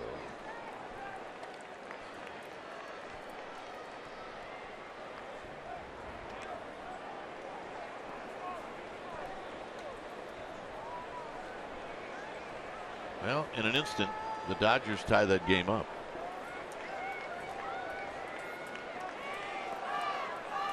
2-2.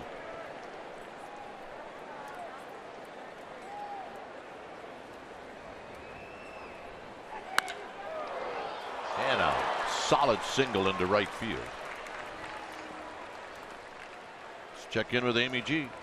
Well, guys, in his return to the Giants yesterday, Hunter Pence had a good day. 1 for 3, a double, a walk. He scored a run. Buster Posey had something to say about it, but it wasn't about his numbers. It's our Geico quote. Buster said, "It's no secret. He's our emotional, spiritual, whatever you want to go with, leader." That's definitely a big boost. He has an infectious energy, guys. There's no doubt about it. And that's a fact.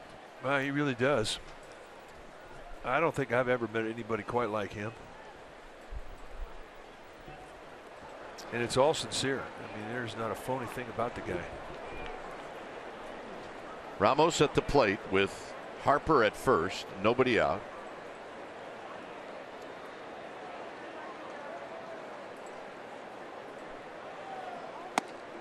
And the pitch is high, 1-0. A hit by Harper, the first hit in the game for the Nationals. And it was loud contact.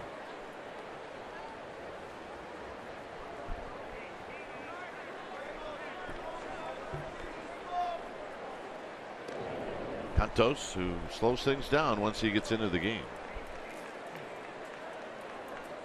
Going after Ramos, who's hit the ball in the air twice, and he's 0 for 2.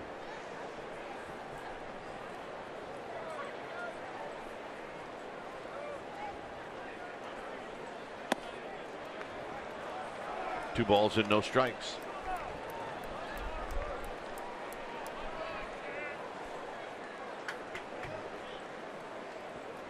One thing about Cantos' rhythm this year, when you compare it to his previous seasons, he's really become more deliberate. He's slowed it down.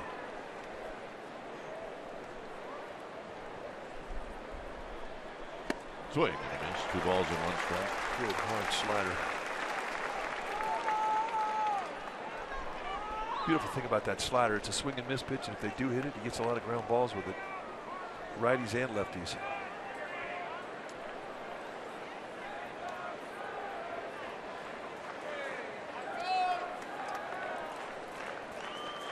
Harper at first.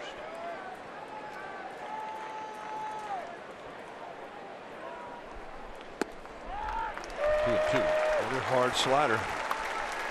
And I don't think Ramos is picking up that spin on the slider. It's a different slider spin. It's almost like a no-dotter.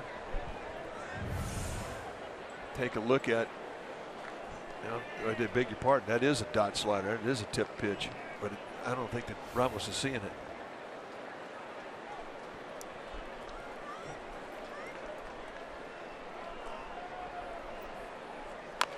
Tap foul.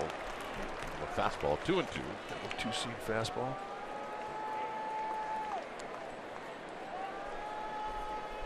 See guys throwing sliders and two-seamers here, pitching for the ground ball.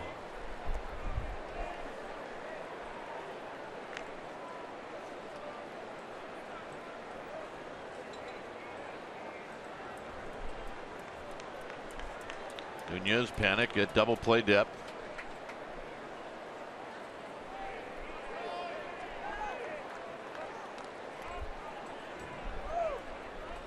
Harper with his lead.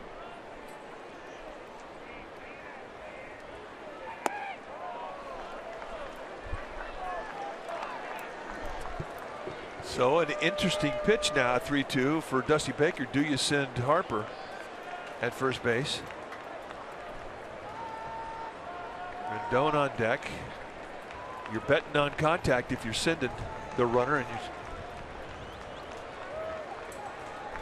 that will all weigh heavily in the decision from Dusty Baker. I'm saying he's going. It's 3-2. Harper goes. Swinging a tapper foul. We'll do it again.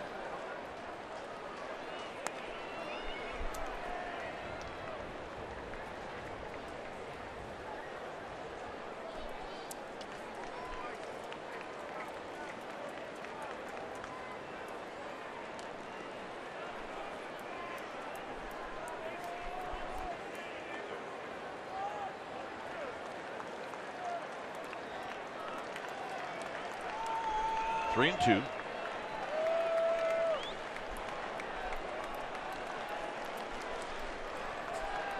Harper going to be checked on by Contos.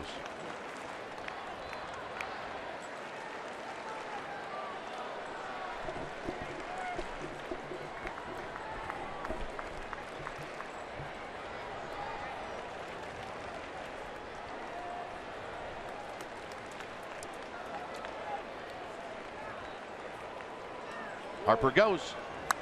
Swinging a foul. Ran a fastball, or checked that maybe a cutter in on his hand. It's either a cutter or a two-seam fastball. If you look at the velocity at 86.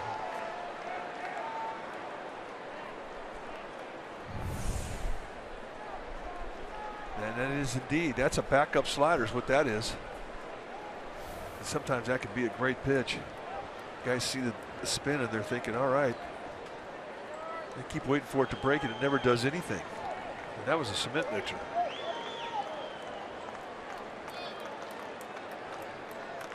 And another 3-2 pitch. Maybe not. A cement mixer, spin but no movement.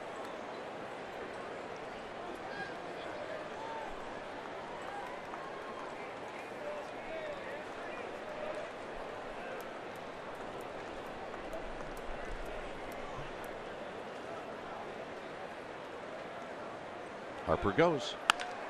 Foul. Wow. Brian Reed, our ball dude, been waiting a long time for that. And he just whiffed. Brian, seriously. He's got a bad jump, Brian. All right, let's take a look at this effort. I got this one. I got this one. Ew, almost stepped on his glove. He's trying. 3 and 2. Hey, Vin. Yeah, on camera. Vince is saying I'd have made that play. Yeah. 3 balls and 2 strikes. Santos is ready. Harper goes on the ground to third. One play, and that's at first. Harper goes down to second. And that's the reason why you send him. The only thing backs up on you if you're a manager is if a guy swings through it and strikes out. So it winds up being a productive out for the Nationals.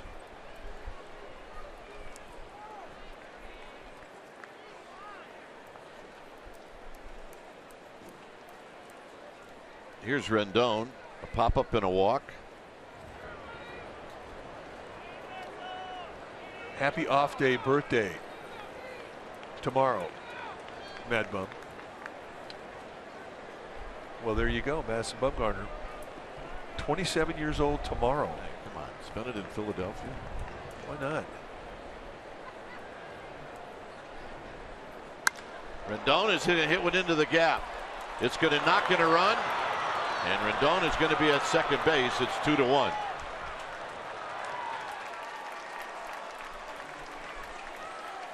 And just like that, the Giants are getting active in their bullpen.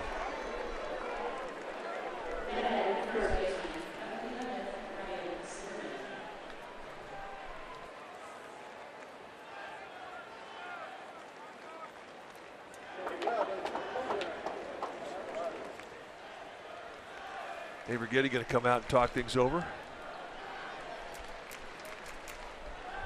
And I think what you're talking about here is the location. He's making some mistakes up. The easiest way to correct that if you're a pitching coach is just to have your pitcher change his target. Instead of look at the glove, look at the knees of the catcher. Look at halfway down the shin guards. Look at a catcher's toe. Anything to get that ball down. Giants were fortunate that that ball didn't get past their two outfielders. Otherwise, Rendon would be at third. So here's Zimmerman. Zimmerman is 0 for 2. You're right. With one out, it's a big play.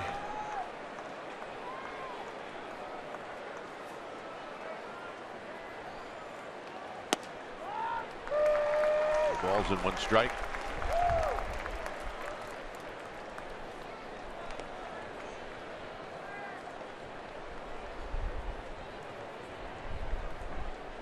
Heisey is on deck. Giants were looking for that shutdown inning, and they didn't get it. Hit to left. And Rendon didn't even move to third. Well, I mean, he's thinking that Mac Williams is going to make a play. Did he fall for that, Deke? He absolutely did. The ball hit to left field. Rendon looks out to left field and he sees Mac Williamson raise his glove if he's going to catch it. And that little movement with the glove right there froze Rendon, and he stays at second base. This is a big play because now you don't have a runner at third base with one out. And once you hesitate, it's over. You head back. Here's Heisey. Heisey skies one into shallow left field. Williamson broke back, but now he drops it. He can still make the throw to third, and they got him. Unbelievable. Unbelievable. But how important is that deke that kept Rendon at second base now? And Williamson hurt.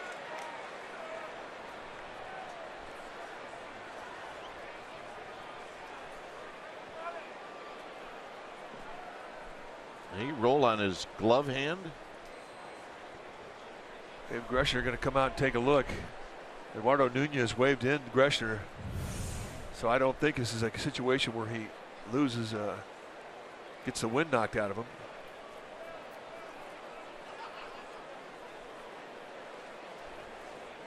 It's kind of splayed out right there. Kind of throws across his body. Man, nice throw. Well, he grimaces after he throws.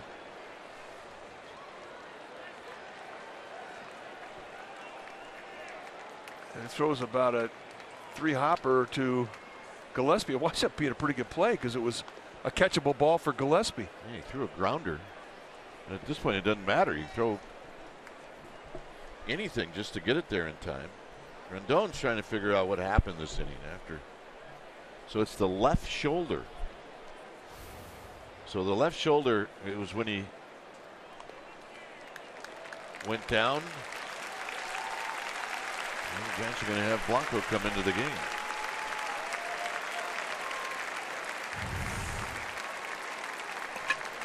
Watch the elbow hit right there as the glove hits. It wasn't the elbow that hit, but it was the glove that sort of jarred the left shoulder, and maybe that's what caused the discomfort. Wow.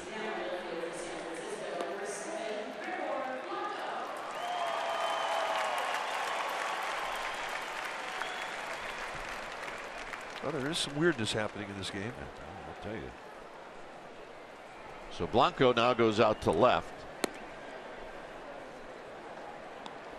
There's a spot in the outfield where Blanco immediately becomes your best outfielder.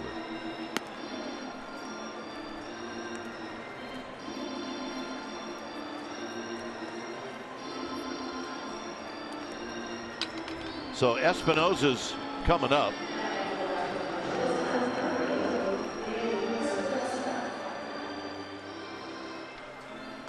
Espinosa is a switch hitter. Rendon back on the bench.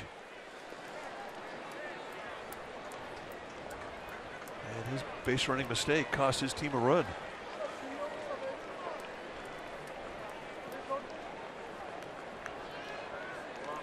Espinosa has walked and he was hit by a pitch.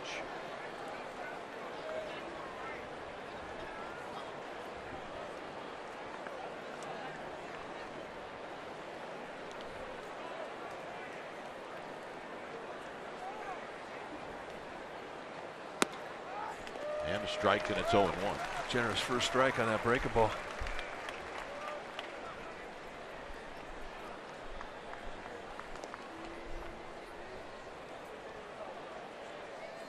Nationals had not had a hit coming into this inning, and now they've got 3.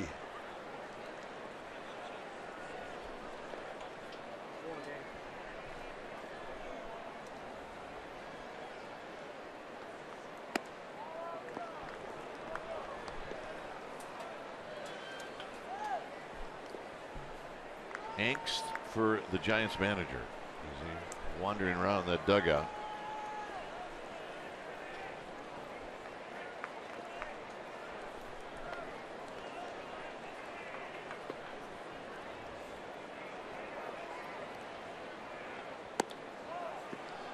Well, you got the pitcher on deck.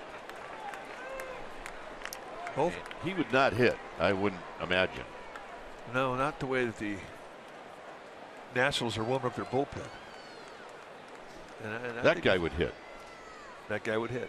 Or he could be a decoy. It's 2-1. It's 3-1.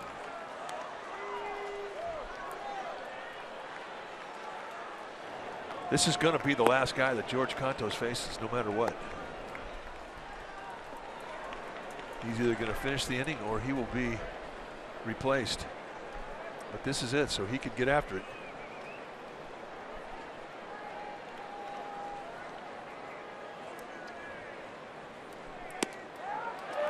And a full count. Now the runners will take off.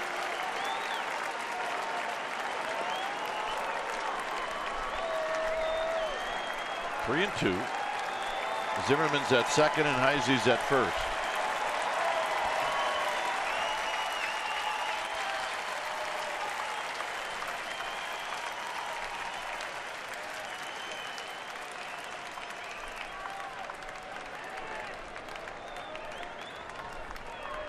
Posey trying to navigate Contos through this.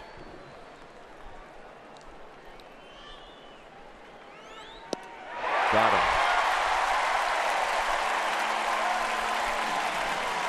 Giants are coming up. They lead 2-1. He gets out of it.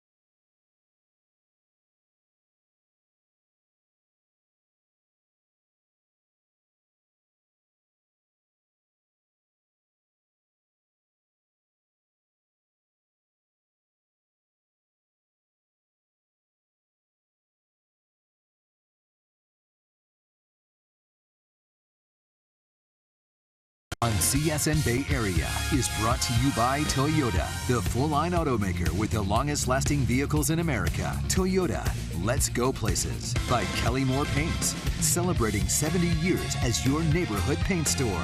By Xfinity, X1 from Xfinity will change the way you experience TV. All right, here it's a 2-1 lead for the Giants. Lombard, I think.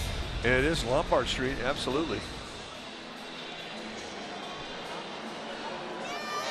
Lots of good attitude up there in the view level in left field. Oh yeah. So when Blanco comes in, Giants now have 3 left-handed hitters in a, or 4 left-handed hitters in a row.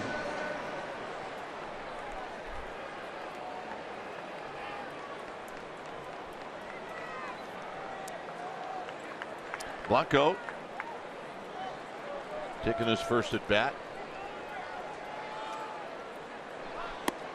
And he shows bunt, and the pitch is high. Here's Bob, Marianne. I see a lot of Giants baseball. And a strike to Blanco.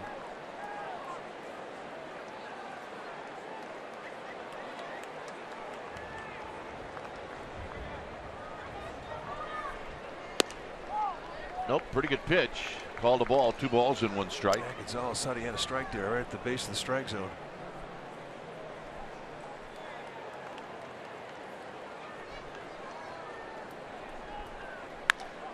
Down the left field line, and moving over is Heisey, and he makes the catch. Nice play. Giants fans, it's now easier to catch more Giants baseball in your area by tuning in to NBC Bay Area on Channel 11 over the air or on Xfinity Cable 3 and 703. Check it out. Here's Belt.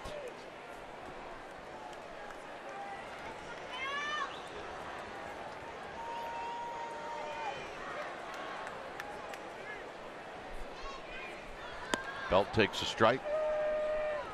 Gonzalez trying to get a shutdown inning, and something he doesn't. Well, he's amongst the lowest in the league, 4th lowest. And getting that job done, and it's always a shot in the arm when you're trying to sustain momentum. Your team scores for you. Belt the other way, foul, 1-2.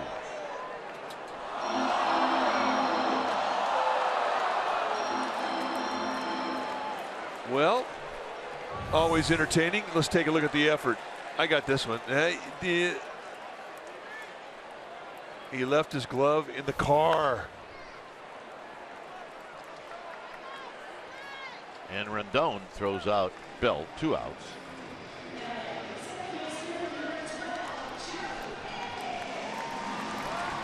Oh, it could have been so cool. I had it here. Oh yeah, blame it on the rail. Yeah, I think I read his lips. He said it took a bad hop.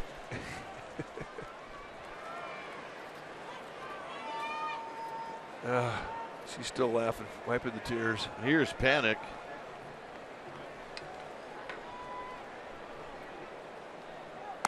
Panic hit a line drive to right field in the 4th inning.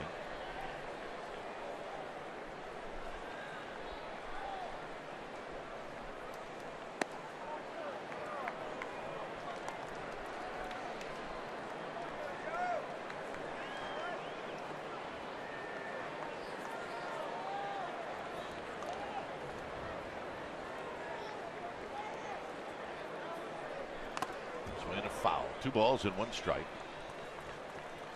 This is the gentleman that got dinged earlier. He's doing fine. He said he was okay. And he is. Oh yeah, Dad can take a punch, not a problem. He can even take a headbutt from his kid. And a base hit for Joe Panic. 2-out single. Well, his first hit since getting back off the DL. He's had good at bats. He just hadn't had much to show for it here, going the opposite way. Yeah, that's always a good sign too when you see. No stride. Head stays very still on a no stride.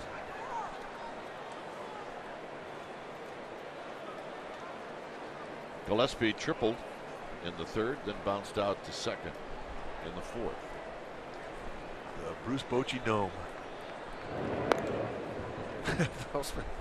You can't look at the Bruce Bochy Gnome without laughing a little bit. You just can't.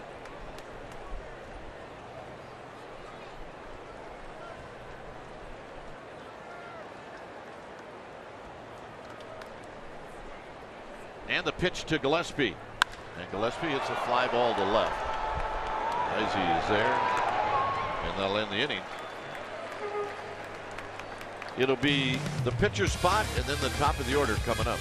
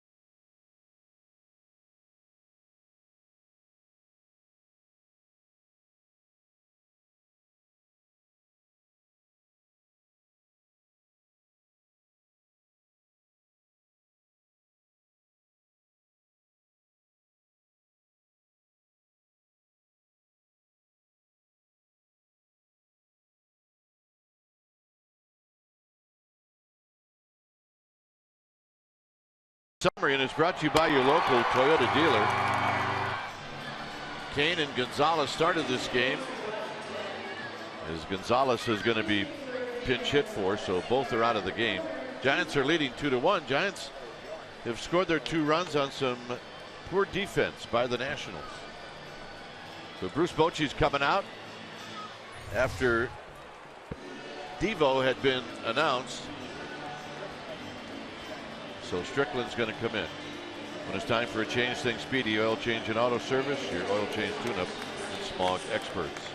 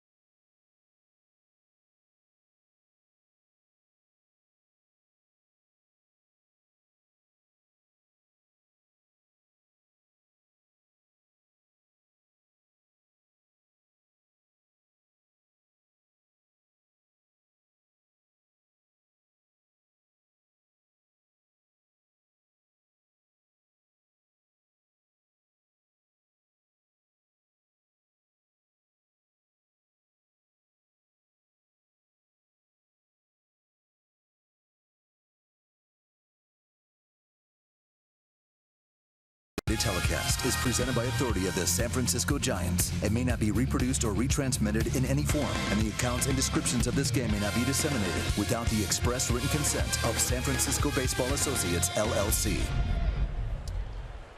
All right, everything's settled down. It's a 2-1 lead for the Giants. Strickland is going to face the pinch hitter. It's Wilmer Devo.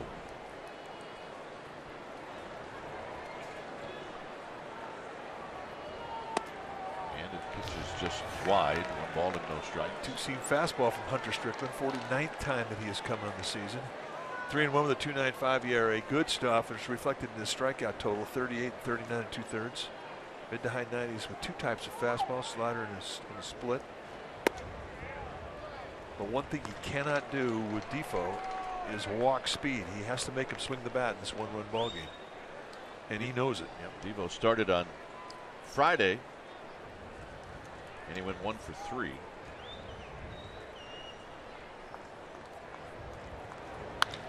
This is hit on the ground to Panic. Panic throws him out.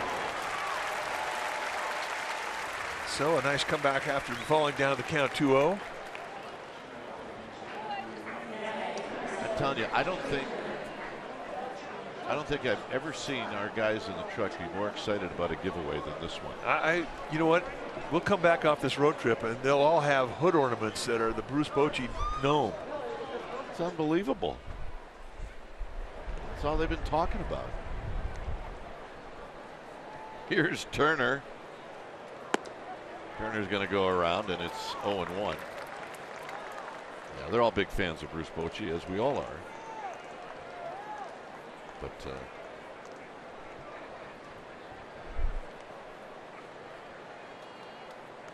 the enthusiasm coming out of the truck, very good. Swinging a foul, 0-2. It's not always like that, by the way. No. We'll get days where you just don't hear anything from those guys and ladies in the truck.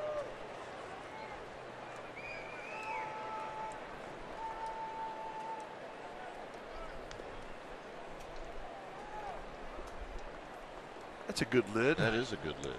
Daylight today, it's very appropriate. I want to get one of those. Yeah. Out of play again.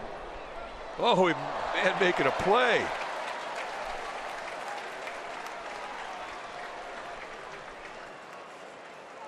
Guy brought his glove, and he was rewarded.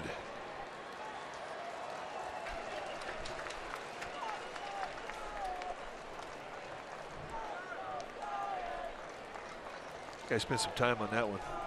You think you could buy that, or you think he made that? I think he made that, and I think he could sell those. That's how good that is. Yeah, I agree.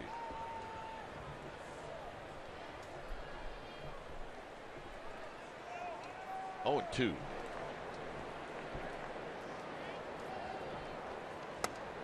Very high. Just underneath.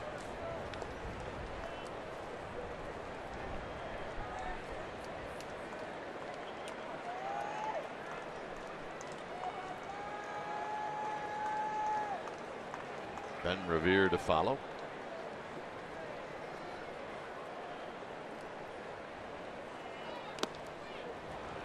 Two and 2. Lopez in the bullpen.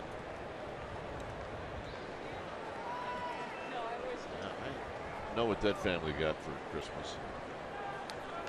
Yep. You know what they're going to get this next Christmas?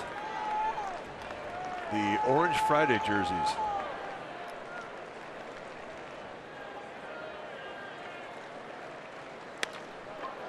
Right at Nunez. Nice at bat. 2 outs. Yeah, indeed. Trey Turner, I mean, that's a good 2-strike swing of the bat.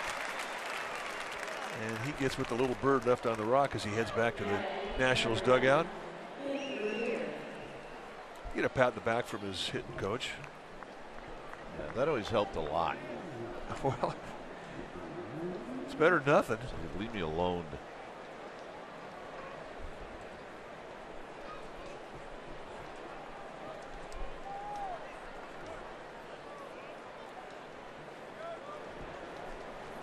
So here's Ben Revere. And a strike. That's 96 mile an hour two-seam movement. And I think that's going to be a really good pitch for him. He's really starting to gain some confidence in it now, especially against lefties.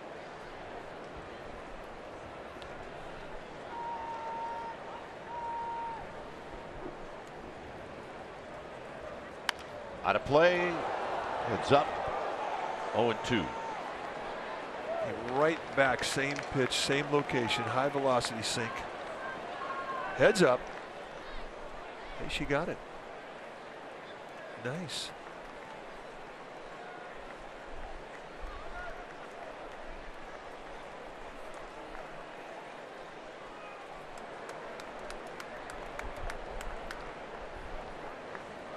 Oh, 2.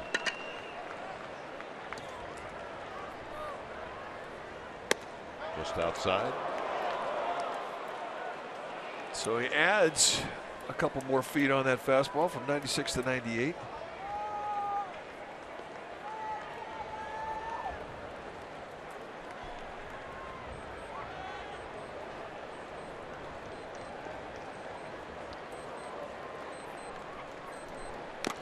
Swinging a foul.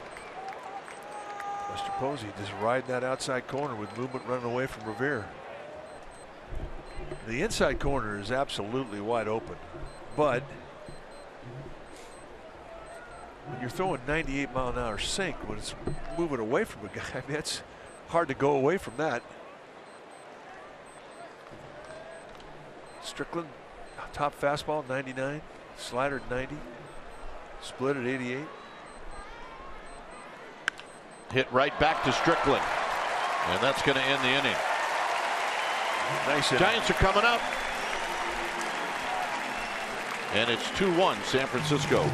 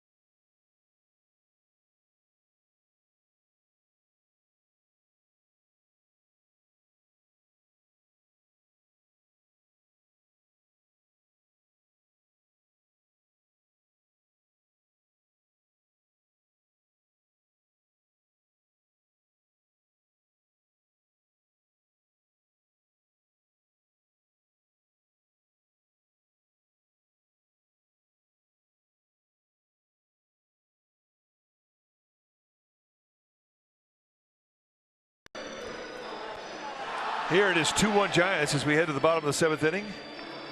Right now it's time for our greater coverage of baseball. It's brought to you by T-Mobile. We go back to July 31st, 1983, and on this date in 1983, Juan Marichal was inducted into the Baseball Hall of Fame. The Dominican dandy was the first Latin player to ever be inducted. His classmates included Walter Alston, George Kell, and Brooks Robinson. And that is our greater coverage of baseball brought to you by T-Mobile. There's the Dominican dandy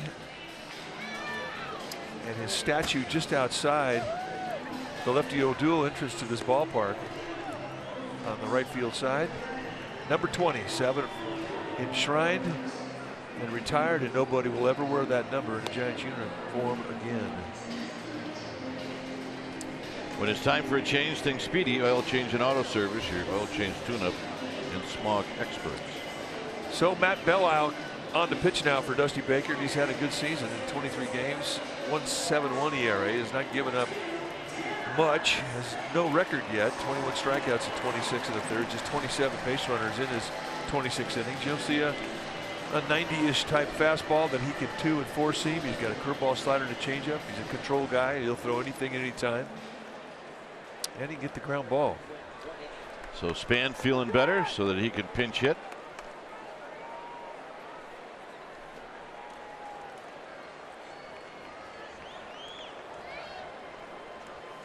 Span hitting for Strickland, and he shoots one into right center field for a base hit. Span is on the move. Span is on the move, and he is going to end up at third base with a leadoff triple. How about that? Well, first pitch he sees, he didn't know how the contusion on his left leg was going to let him run.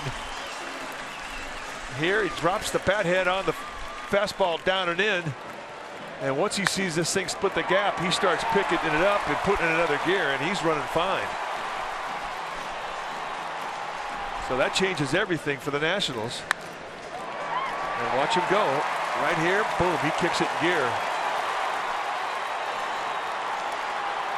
In all honesty, this ballpark for triples was built for him.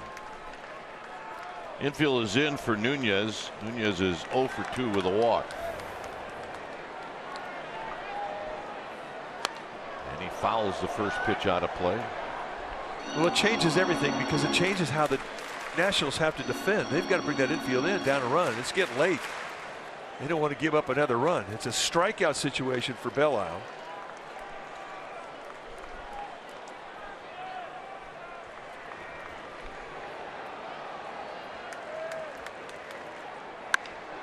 Hit out to right. Harper going to try to throw out his old teammate. And the ball squirts away. 1 out. With 1 out, you go. With nobody out, you don't go. And it's totally out of respect for the arm in right field. And you can say the same thing about the arm in left field. Nationals corner outfielders have very, very good assist arms.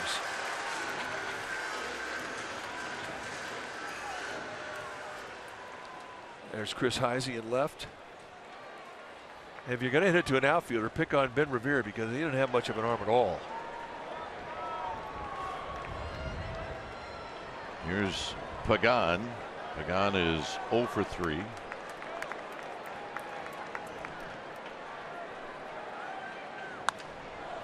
this is foul down the left field line and out of play.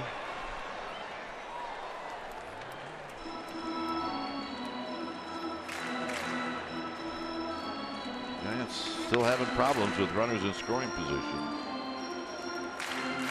Pagan is 7 for 17 against Belisle. Belisle with the Rockies for almost all of his career, and the Giants faced Belisle a lot.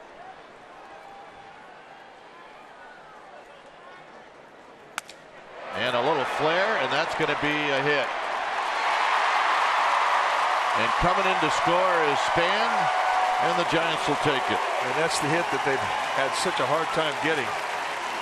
And now they're 1 for 12. I mean, that's the bad news statistically. The good news is that they're setting the table. There for a while, they couldn't do that. Well, the good news is they're 1 for 1 in the last situation. Well, there it is.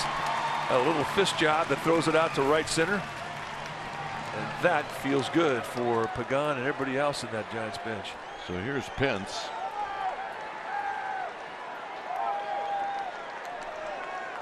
Hunter Pence is 0 for 3. See how he's done in his career against Belisle. I got it for you right here. 7 for 24. 2 doubles in 8 strikeouts.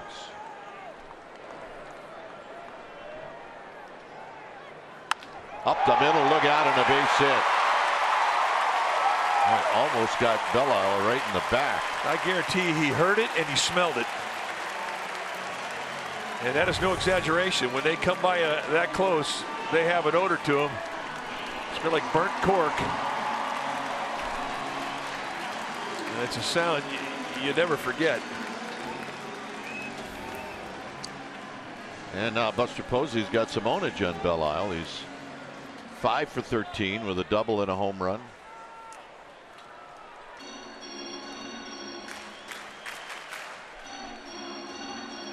That ball going around or going by Belle Isle, he swung his glove hand around. If he gets hit in the wrist with that line drive, it breaks it. Yeah.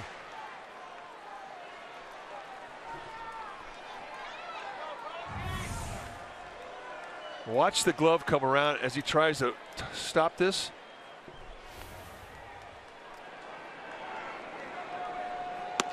As he takes high.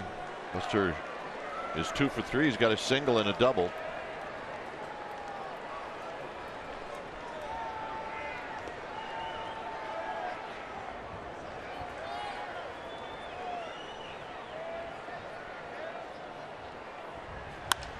High fly ball to right for Harper.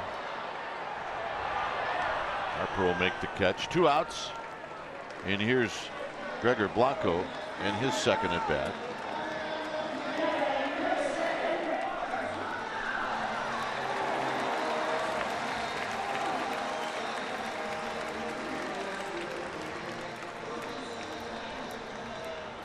Blanco hit a line drive that Heisey made a diving catch on to take a hit away from him in the 6th. So you putting Maddox on the clock? Well, yeah, I mean, you got to trail him every time he goes out there because he waits until the plate umpire gets all the way out there to the mound. Yeah. It's a violation. And that's one of his quicker exits off the mound.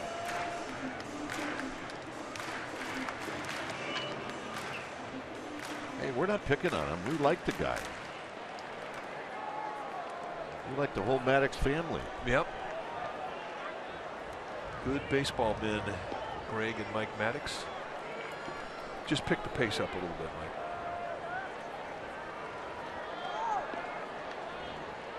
Belle Isle to Blanco. Down low, 1 ball and no strikes.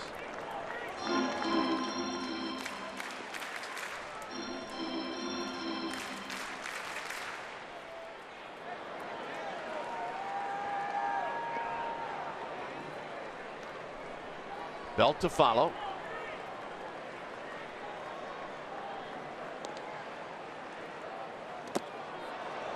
And hit the umpire. I don't think that Ramos got a glove on it. He kind of olays it. Curveball down in the dirt. Yeah, it did. It got the right leg of Jim Joyce, the plate umpire. Jim. And if that ball gets by, I mean, now you got 2 runners in scoring position and no force.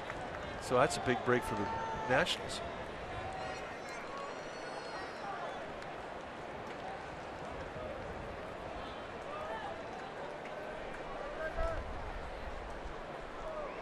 Two and 0 to Blanco.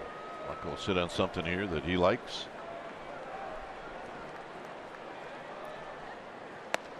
And a strike. 2 balls and 1 strike. He was looking fastball. He wasn't looking slider.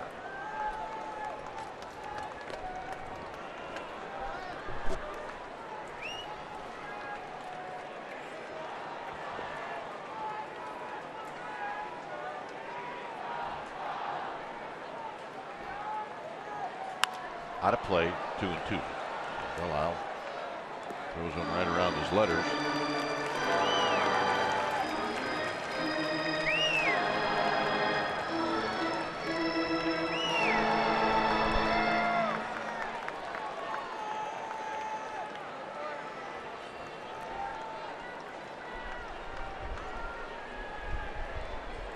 At second is Pagan. Pence is at first. Giants are looking to add on another run here in the 7th.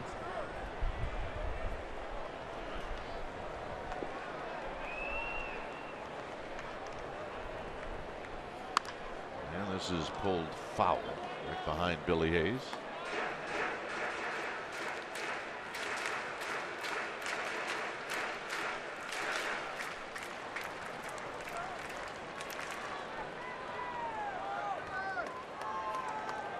Runners are going to get a 2-out jump.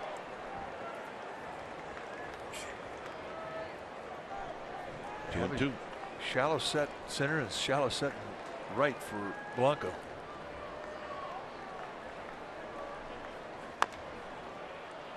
Foul again.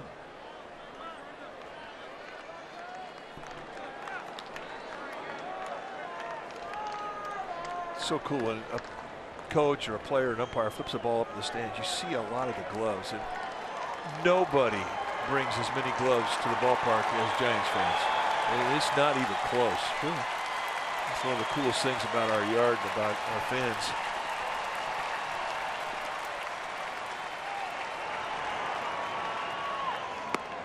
Got him. Giants pick up a run. We'll head to the 8th. As Span opens up the inning with a triple.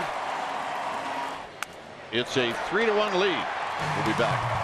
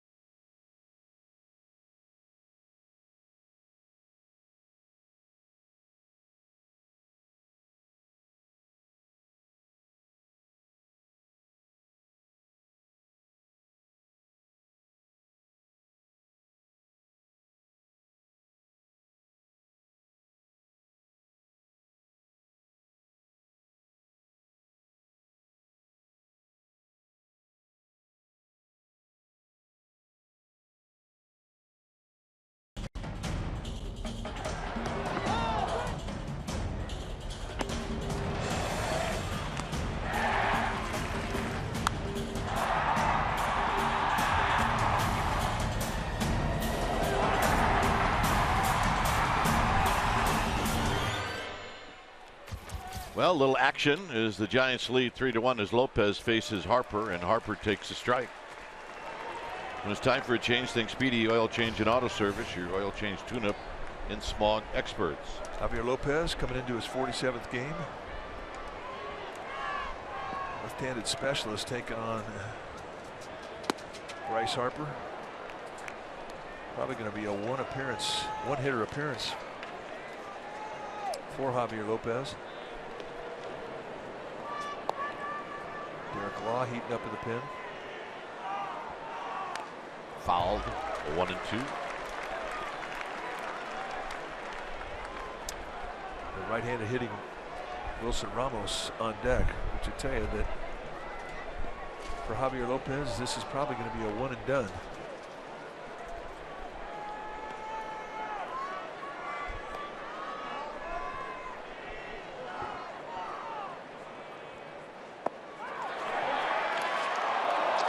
That was close. All right, you be the umpire. Did he go? Yeah, strike three.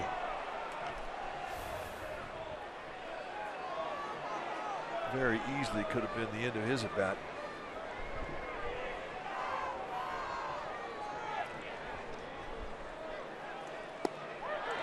Got him anyway. Didn't matter. Nice job, Javier Lopez. And here comes Bruce Bochy.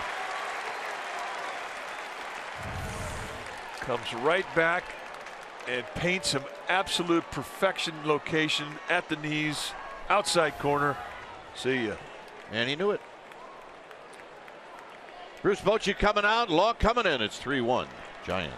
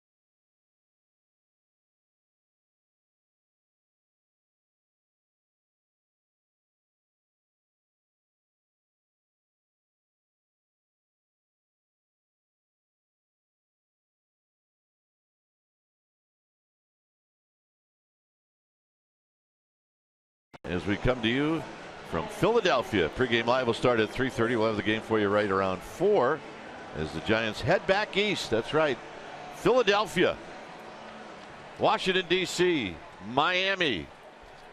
Bring your jacket, it's going to be cool. Oh yeah, it will. So here's Derek Law to face Wilson Ramos. Derek Law's numbers, 41st time he's come in. What a great rookie season he has had. And a strike. He gets the low strike from Jim Joyce, and it's 0-1. 40 strikeouts against 6 walks. He has been dominant. There's a Phillies fan. See a lot of them comes Tuesday.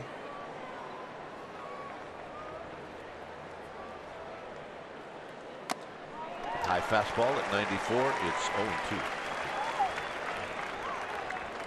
So that, sometimes forget that Derek Law can get it up there a little bit. Yeah, he can go 94, 96.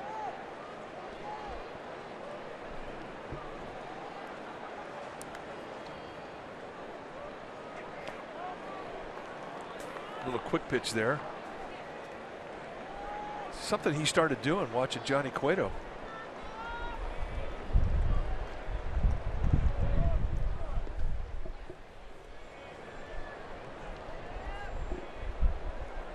Two with Rendon on deck.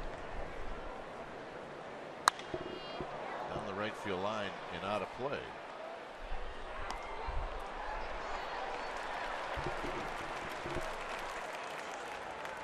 Making a play. Oh yeah. Brought my glove. Yeah, I got my glove and yeah. Yeah. Psyched. 1-2. 2 balls, 2 strikes.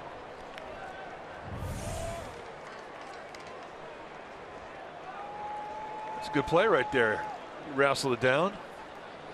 Got to hang with him tonight. He's going to be buying a few rounds. 2-2.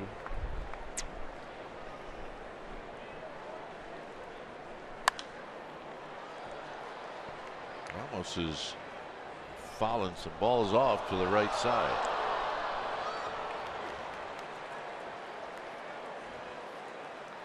Oh yeah. Brought my glove. It's working for me. That's great. How to make new friends. Bring your glove to the yard. 2-2.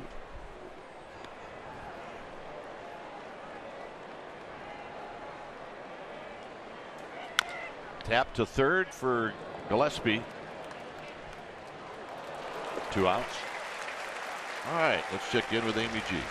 All right, guys. Well, when the Giants acquired Eduardo Nunez, we were able to give you a scouting report, a bunch of numbers on what he does on the field. But the real scouting report is What is he like as a guy in the clubhouse? So I went to George Contos. The two were teammates in 2011 with the Yankees. Here's what George had to say. He's high energy, but lighthearted, laid back, relaxed, a good guy to be around, gets along with everyone. He loves to joke around, and my favorite, he has a great laugh. So now you know Eduardo Nunez, guys. Well, I figured Amy was the Amy followed him around all day yesterday.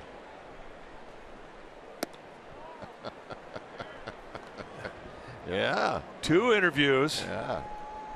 And then she said to him, "I'm not stalking you." We don't do that in San Francisco. No. Here's Rendon. Rendon takes a breaking ball inside. 2 balls and no strikes. She said that, and he showed her firsthand that great laugh he's got. Yep.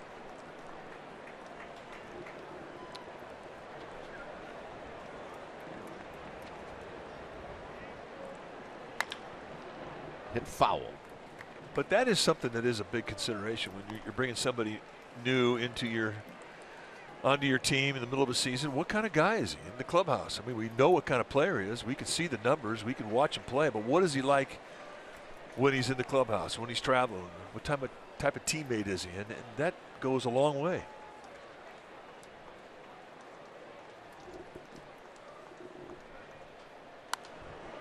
Fouled out of play. It's 2-2.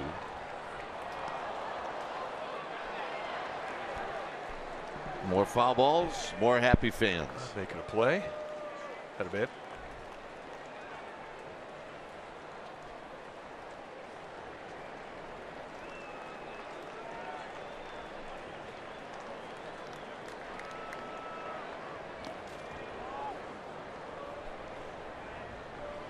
So a full count. Well, it's the beauty of a 2-run lead right here. It allows you to challenge a guy who's got some pop in his bat on a 3-2 count. You don't really want to get in a spot where you have to face the tie and run.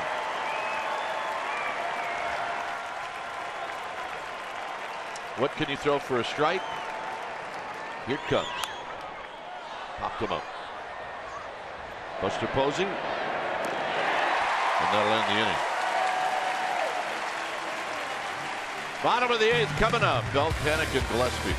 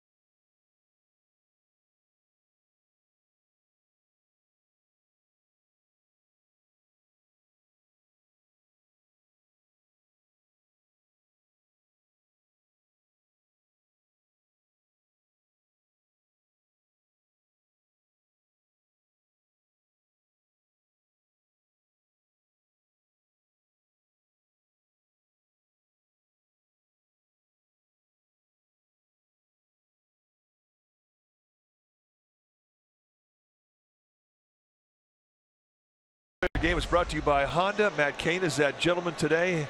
5 no-hit innings. And as he continues to build strength, he had 5 strikeouts today.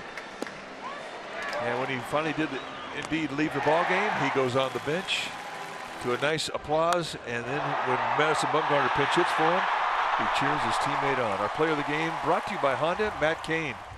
Here's Sammy Solis to Belt, and Belt fouls it straight back and out of play. And it's time for a change. Think Speedy.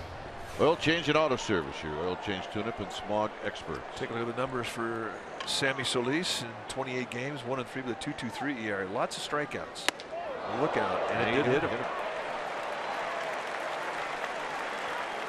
So, one lefty down. And here's Panic. And a mistake. And a 2-seam fastball just brushes his jersey. Solis throws hard. He's going to throw in mid to high 90s with the fastball. He's got a curveball and a changeup. More curveballs to breaking balls, more or to left-handers, more changeups to right-handers.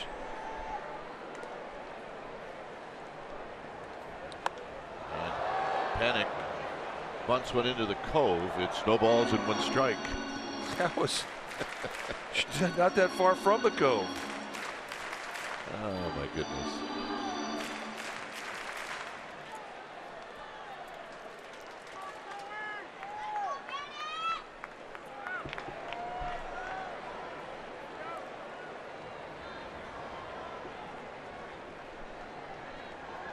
Swinging and fouling down the left field line and out of play.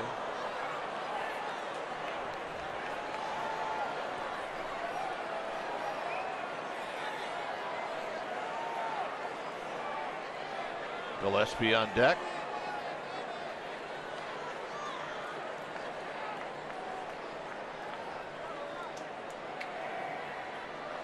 Outside. 1-2.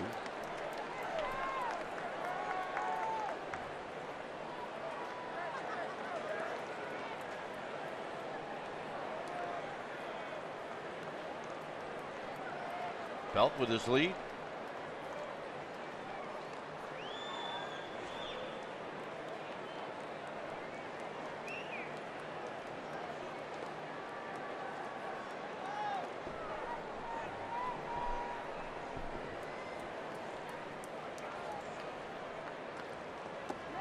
And Panic with a half swing. That's a good breaking ball. You can see why he's got the strikeout totals.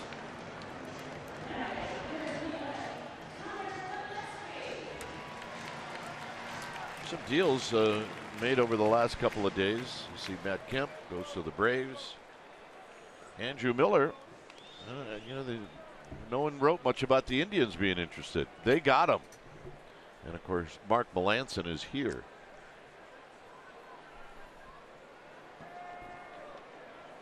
Matt Kemp to the Braves, which kind of surprised us. But the trade deadline stops tomorrow at 1 in the afternoon Pacific time. So we expect that there's going to be more movement going into the wire. Normally it would be the last day of July, but because this year it ended on a Sunday, they extended it into a Monday.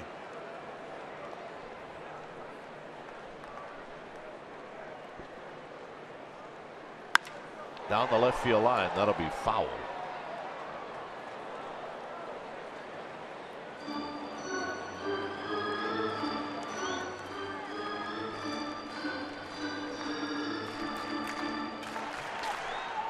There's Mark Melanson, the new closer. There you go. For Washington.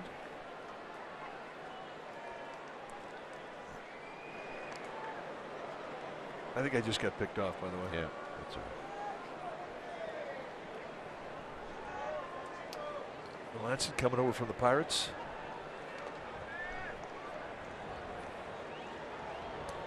Trevor Brown is on deck. Good curveball, 1-2. Melanson with 30 saves. So why would a team like the Pirates, who are in the hunt there in the National League Central, why would they get rid of their closer with 30 saves? Well, he's going to be a free agent at the end of the year.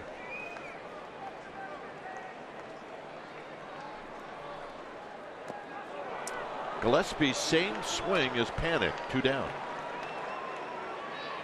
It's just a good breaking ball. You see guys getting 4 or 5 pitches into it at bat, then break down mid-swing on a breaking ball, as we saw Panic, and now we watch Gillespie do it. He's got some good breaking ball.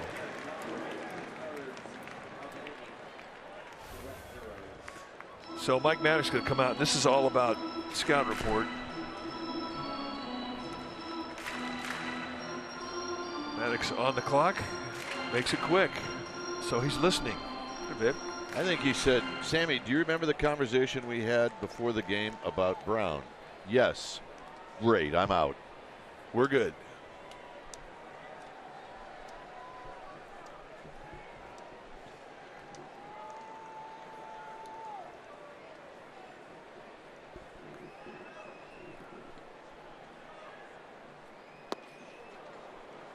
Man, if that breaking ball is good against lefties, let's try it against the righties, and it's good.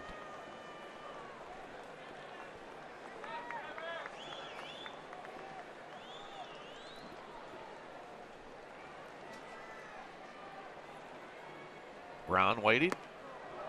Nothing in 2. So he pulls a string on him. So 2 pitches, 2 off-speed pitches, the curveball and the changeup.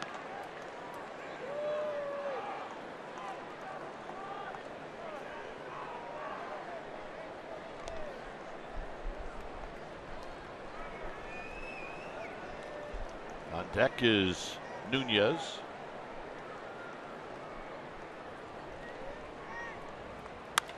On the ground, over the glove of the second baseman Turner, and Brown is aboard, and Nunez is going to get a chance to hit. Well, nice inside-out approach, and just a hop just goes over the glove. Hit the lip. Hit the lip of the grass. Otherwise, Trey Turner gets it, and this inning's over. So the Giants are getting an opportunity here for Eduardo Nunez. It's got to be a hit. Yeah, I can't be in there. He never touched it. I would think. I'm giving him a hit. And here's Nunez.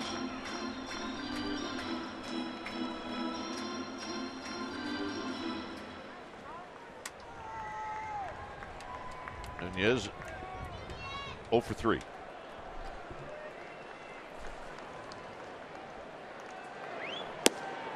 One ball and no strikes.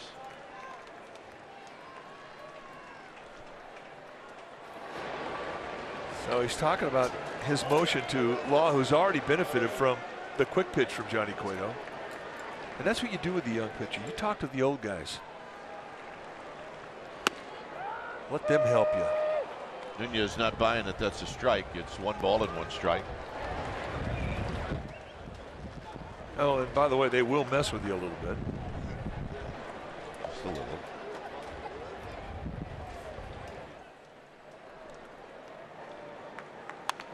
Good rip, 1 and 2.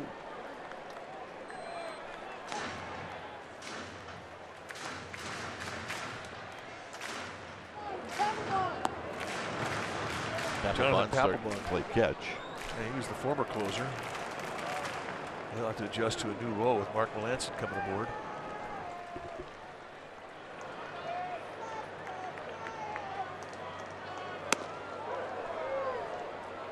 So he's trying to come in on the hands with 94. Yeah, Papelbon signed off on it. Of course, I guess if you had the kind of week that he's had, there isn't much you can say.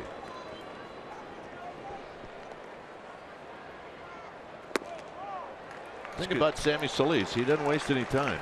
That was a good pitch and a good take. Now the runners will go.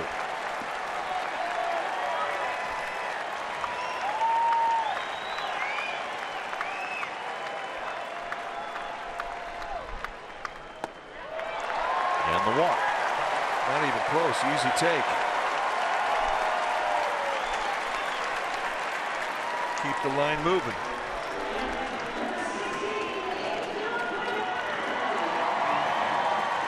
This will be the last hitter that Solis faces, with Pence and Posey, both right-handers, backing up Pagan, which is why Papelbon's down in their bullpen, the Nationals.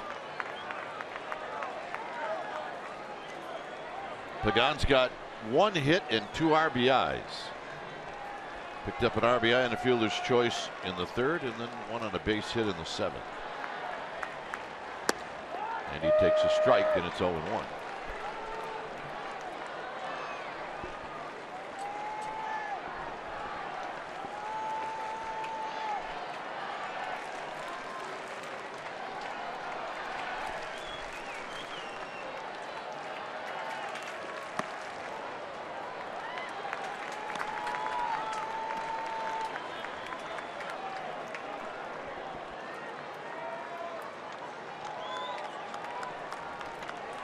One ball and one strike.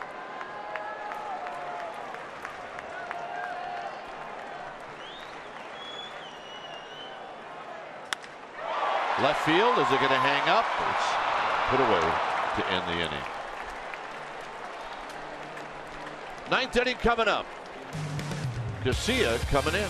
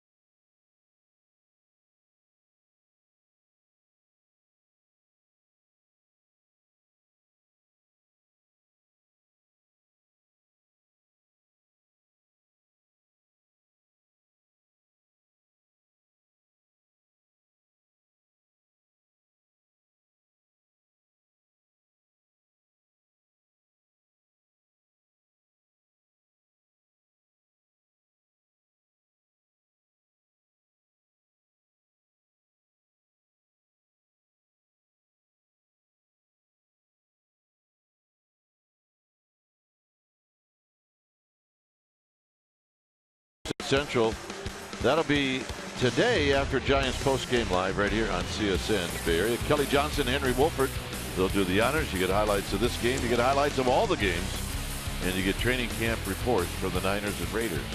Football is just right around the corner. It is right around the corner. We were just in spring training, and football's right around the corner. Hall of Fame game, just a few days away. Right now it's Santiago Casilla coming in for the 42nd time. He's got 23 saves on the year. Going to try and close this one out. Zimmerman not waiting around. It's no balls and one strike.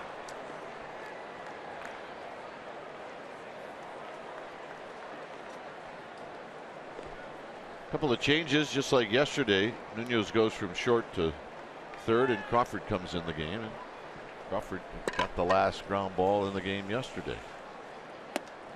One ball and one strike.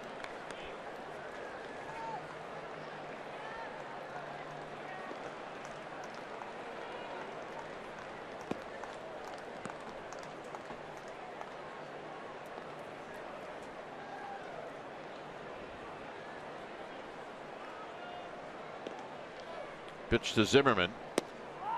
1-2. Oh, perfect cutter out of the outside corner. I mean, that's, you couldn't run it up there and put it in a better position than that. And now you can throw another one. Go a little wider. He's got to cover it.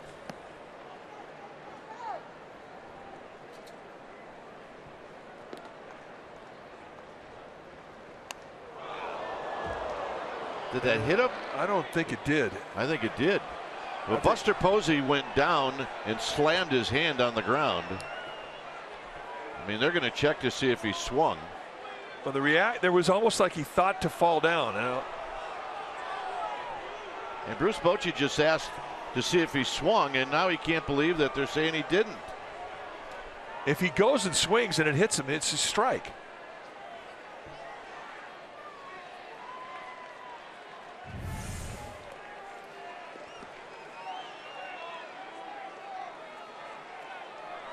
He didn't. It clearly got him on the wrist. That was not on the bat.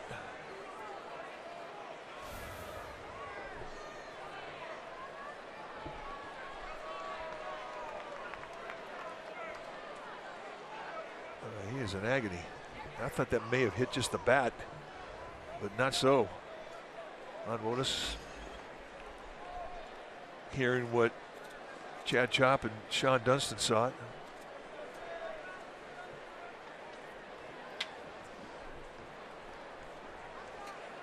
So umpires are going to look at it.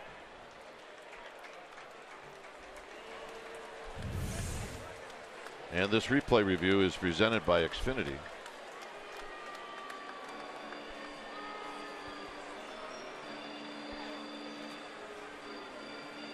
Gets him right on the wrist. And, I mean, you can make a case. Did he swing? Well, the swing is not reviewable. No. They're just trying to figure out if it hit the bat or hit the arm.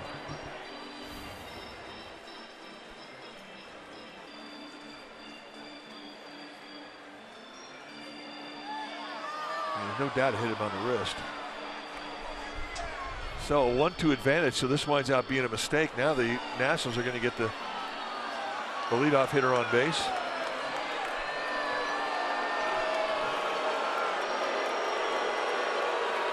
I think what they're doing is they're booing the reaction of Zimmerman, which came a little late.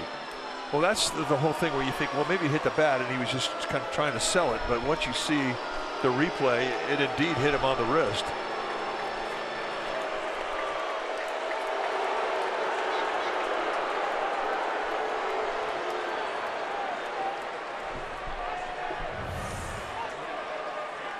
You can see where it got him. I mean, there's a bruise on there already.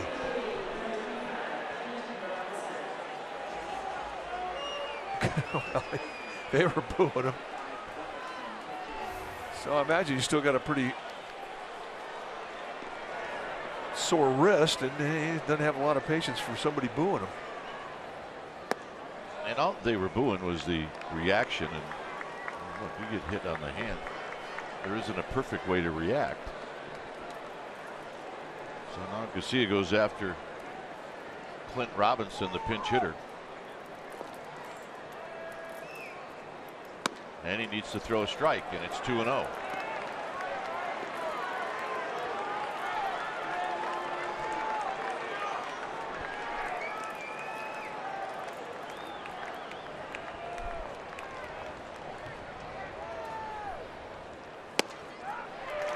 Two balls and one strike. Stay away from the down and in. Lots of power, and that's his happy zone. Like a lot of tall left-handed hitters. Giants playing the pole, at least in the infield.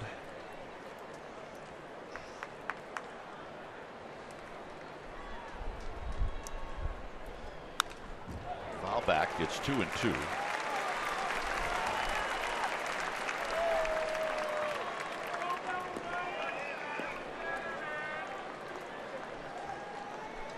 Espinosa is on deck, and then Murphy has grabbed a bat. He's standing at the top step.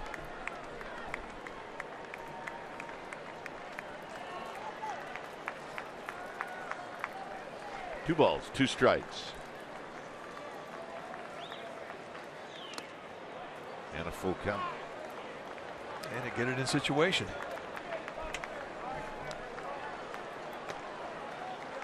Nationals have one real ace up their sleeve they've yet to play, and that's Daniel Murphy.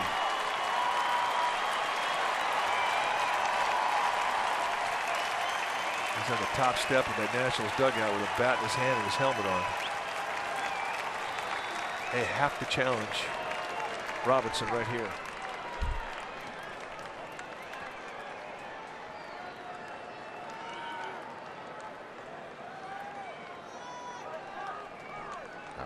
Robinson asked for time. Well, Casilla has shook off a couple times to get to the pitch he wants to throw.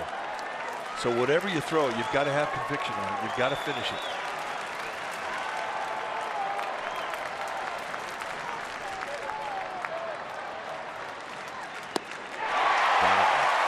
And he gets him with a 90-mile-an-hour cutter.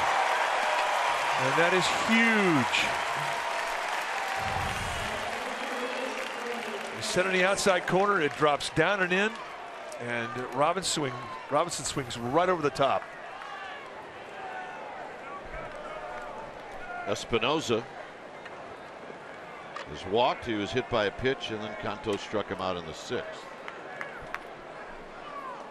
He's got power. He's had 18 home runs on the season.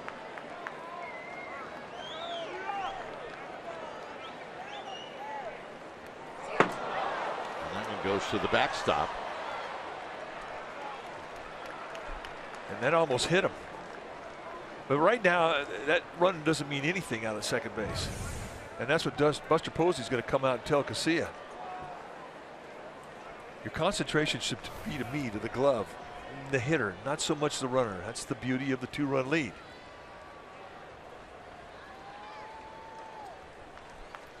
There's Murphy.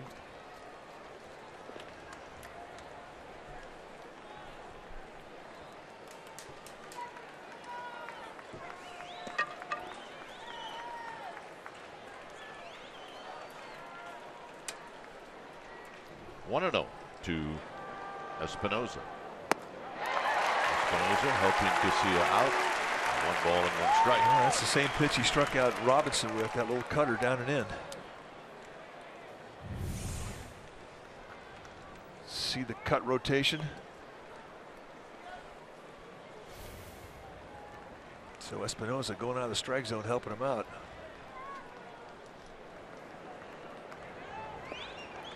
One and 1. First curveball he's thrown. 1 and 2. And he backdoors him with it. You can tell by the back leg that Espinosa was not looking for something soft. Gets out there and the whole lower body just geared for fastballs and not slow curveballs.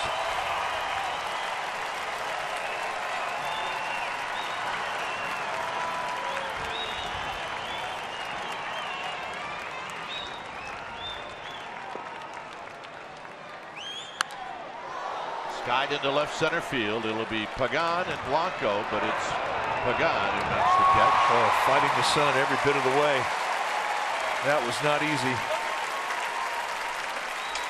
So here's Murphy.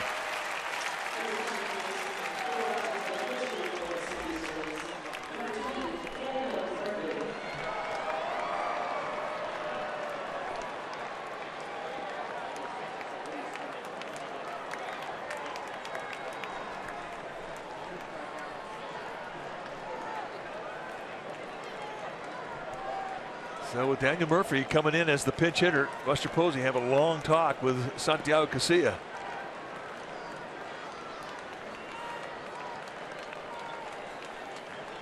And the long conversation is going to be simply, don't give this guy something that he can pull and hit out of the ballpark. That's right.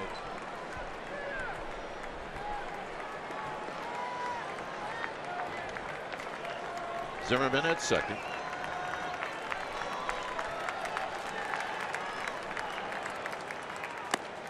Ball high, 1 ball and no strikes. Murphy's only faced Casilla 1 time in his career. He's 0 for 1.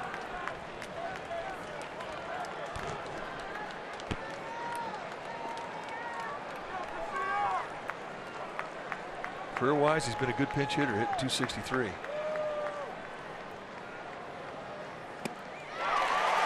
ball and 1 strike. And that's what you got to do. You got to pound at the outside corner at the knees. That was 94 with 2-seam movement running away from him.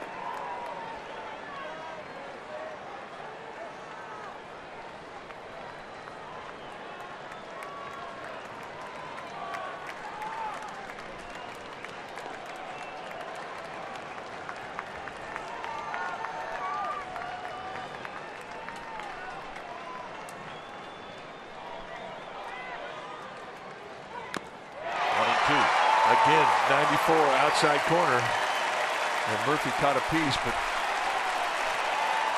couldn't catch up. Foul right in the glove of Posey.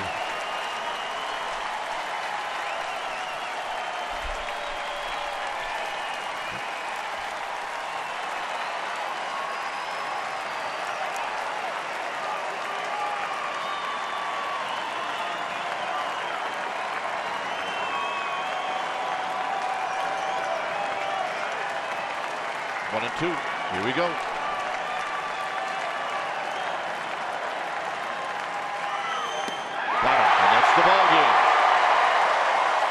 So the Giants end up winning the last 2 games in this series, and they do it so that they could split this 4-game series. And remember, it's just in a couple of days these 2 teams will go at it again. Well, and really, since things changed yesterday when Pence got in the lineup, everybody just sort of relaxed down. But it has been the bullpen that has absolutely been stellar in this series with Washington, and now the Giants have momentum. Winning these last 2 games to take on the road, this is a huge win for this club. Final score as the Giants go 3-4 on this homestand. It's the Giants 3 and the Nationals 1. Thanks for joining us. Stay tuned. Esurance Giants postgame live with interviews on the wrap starts right now.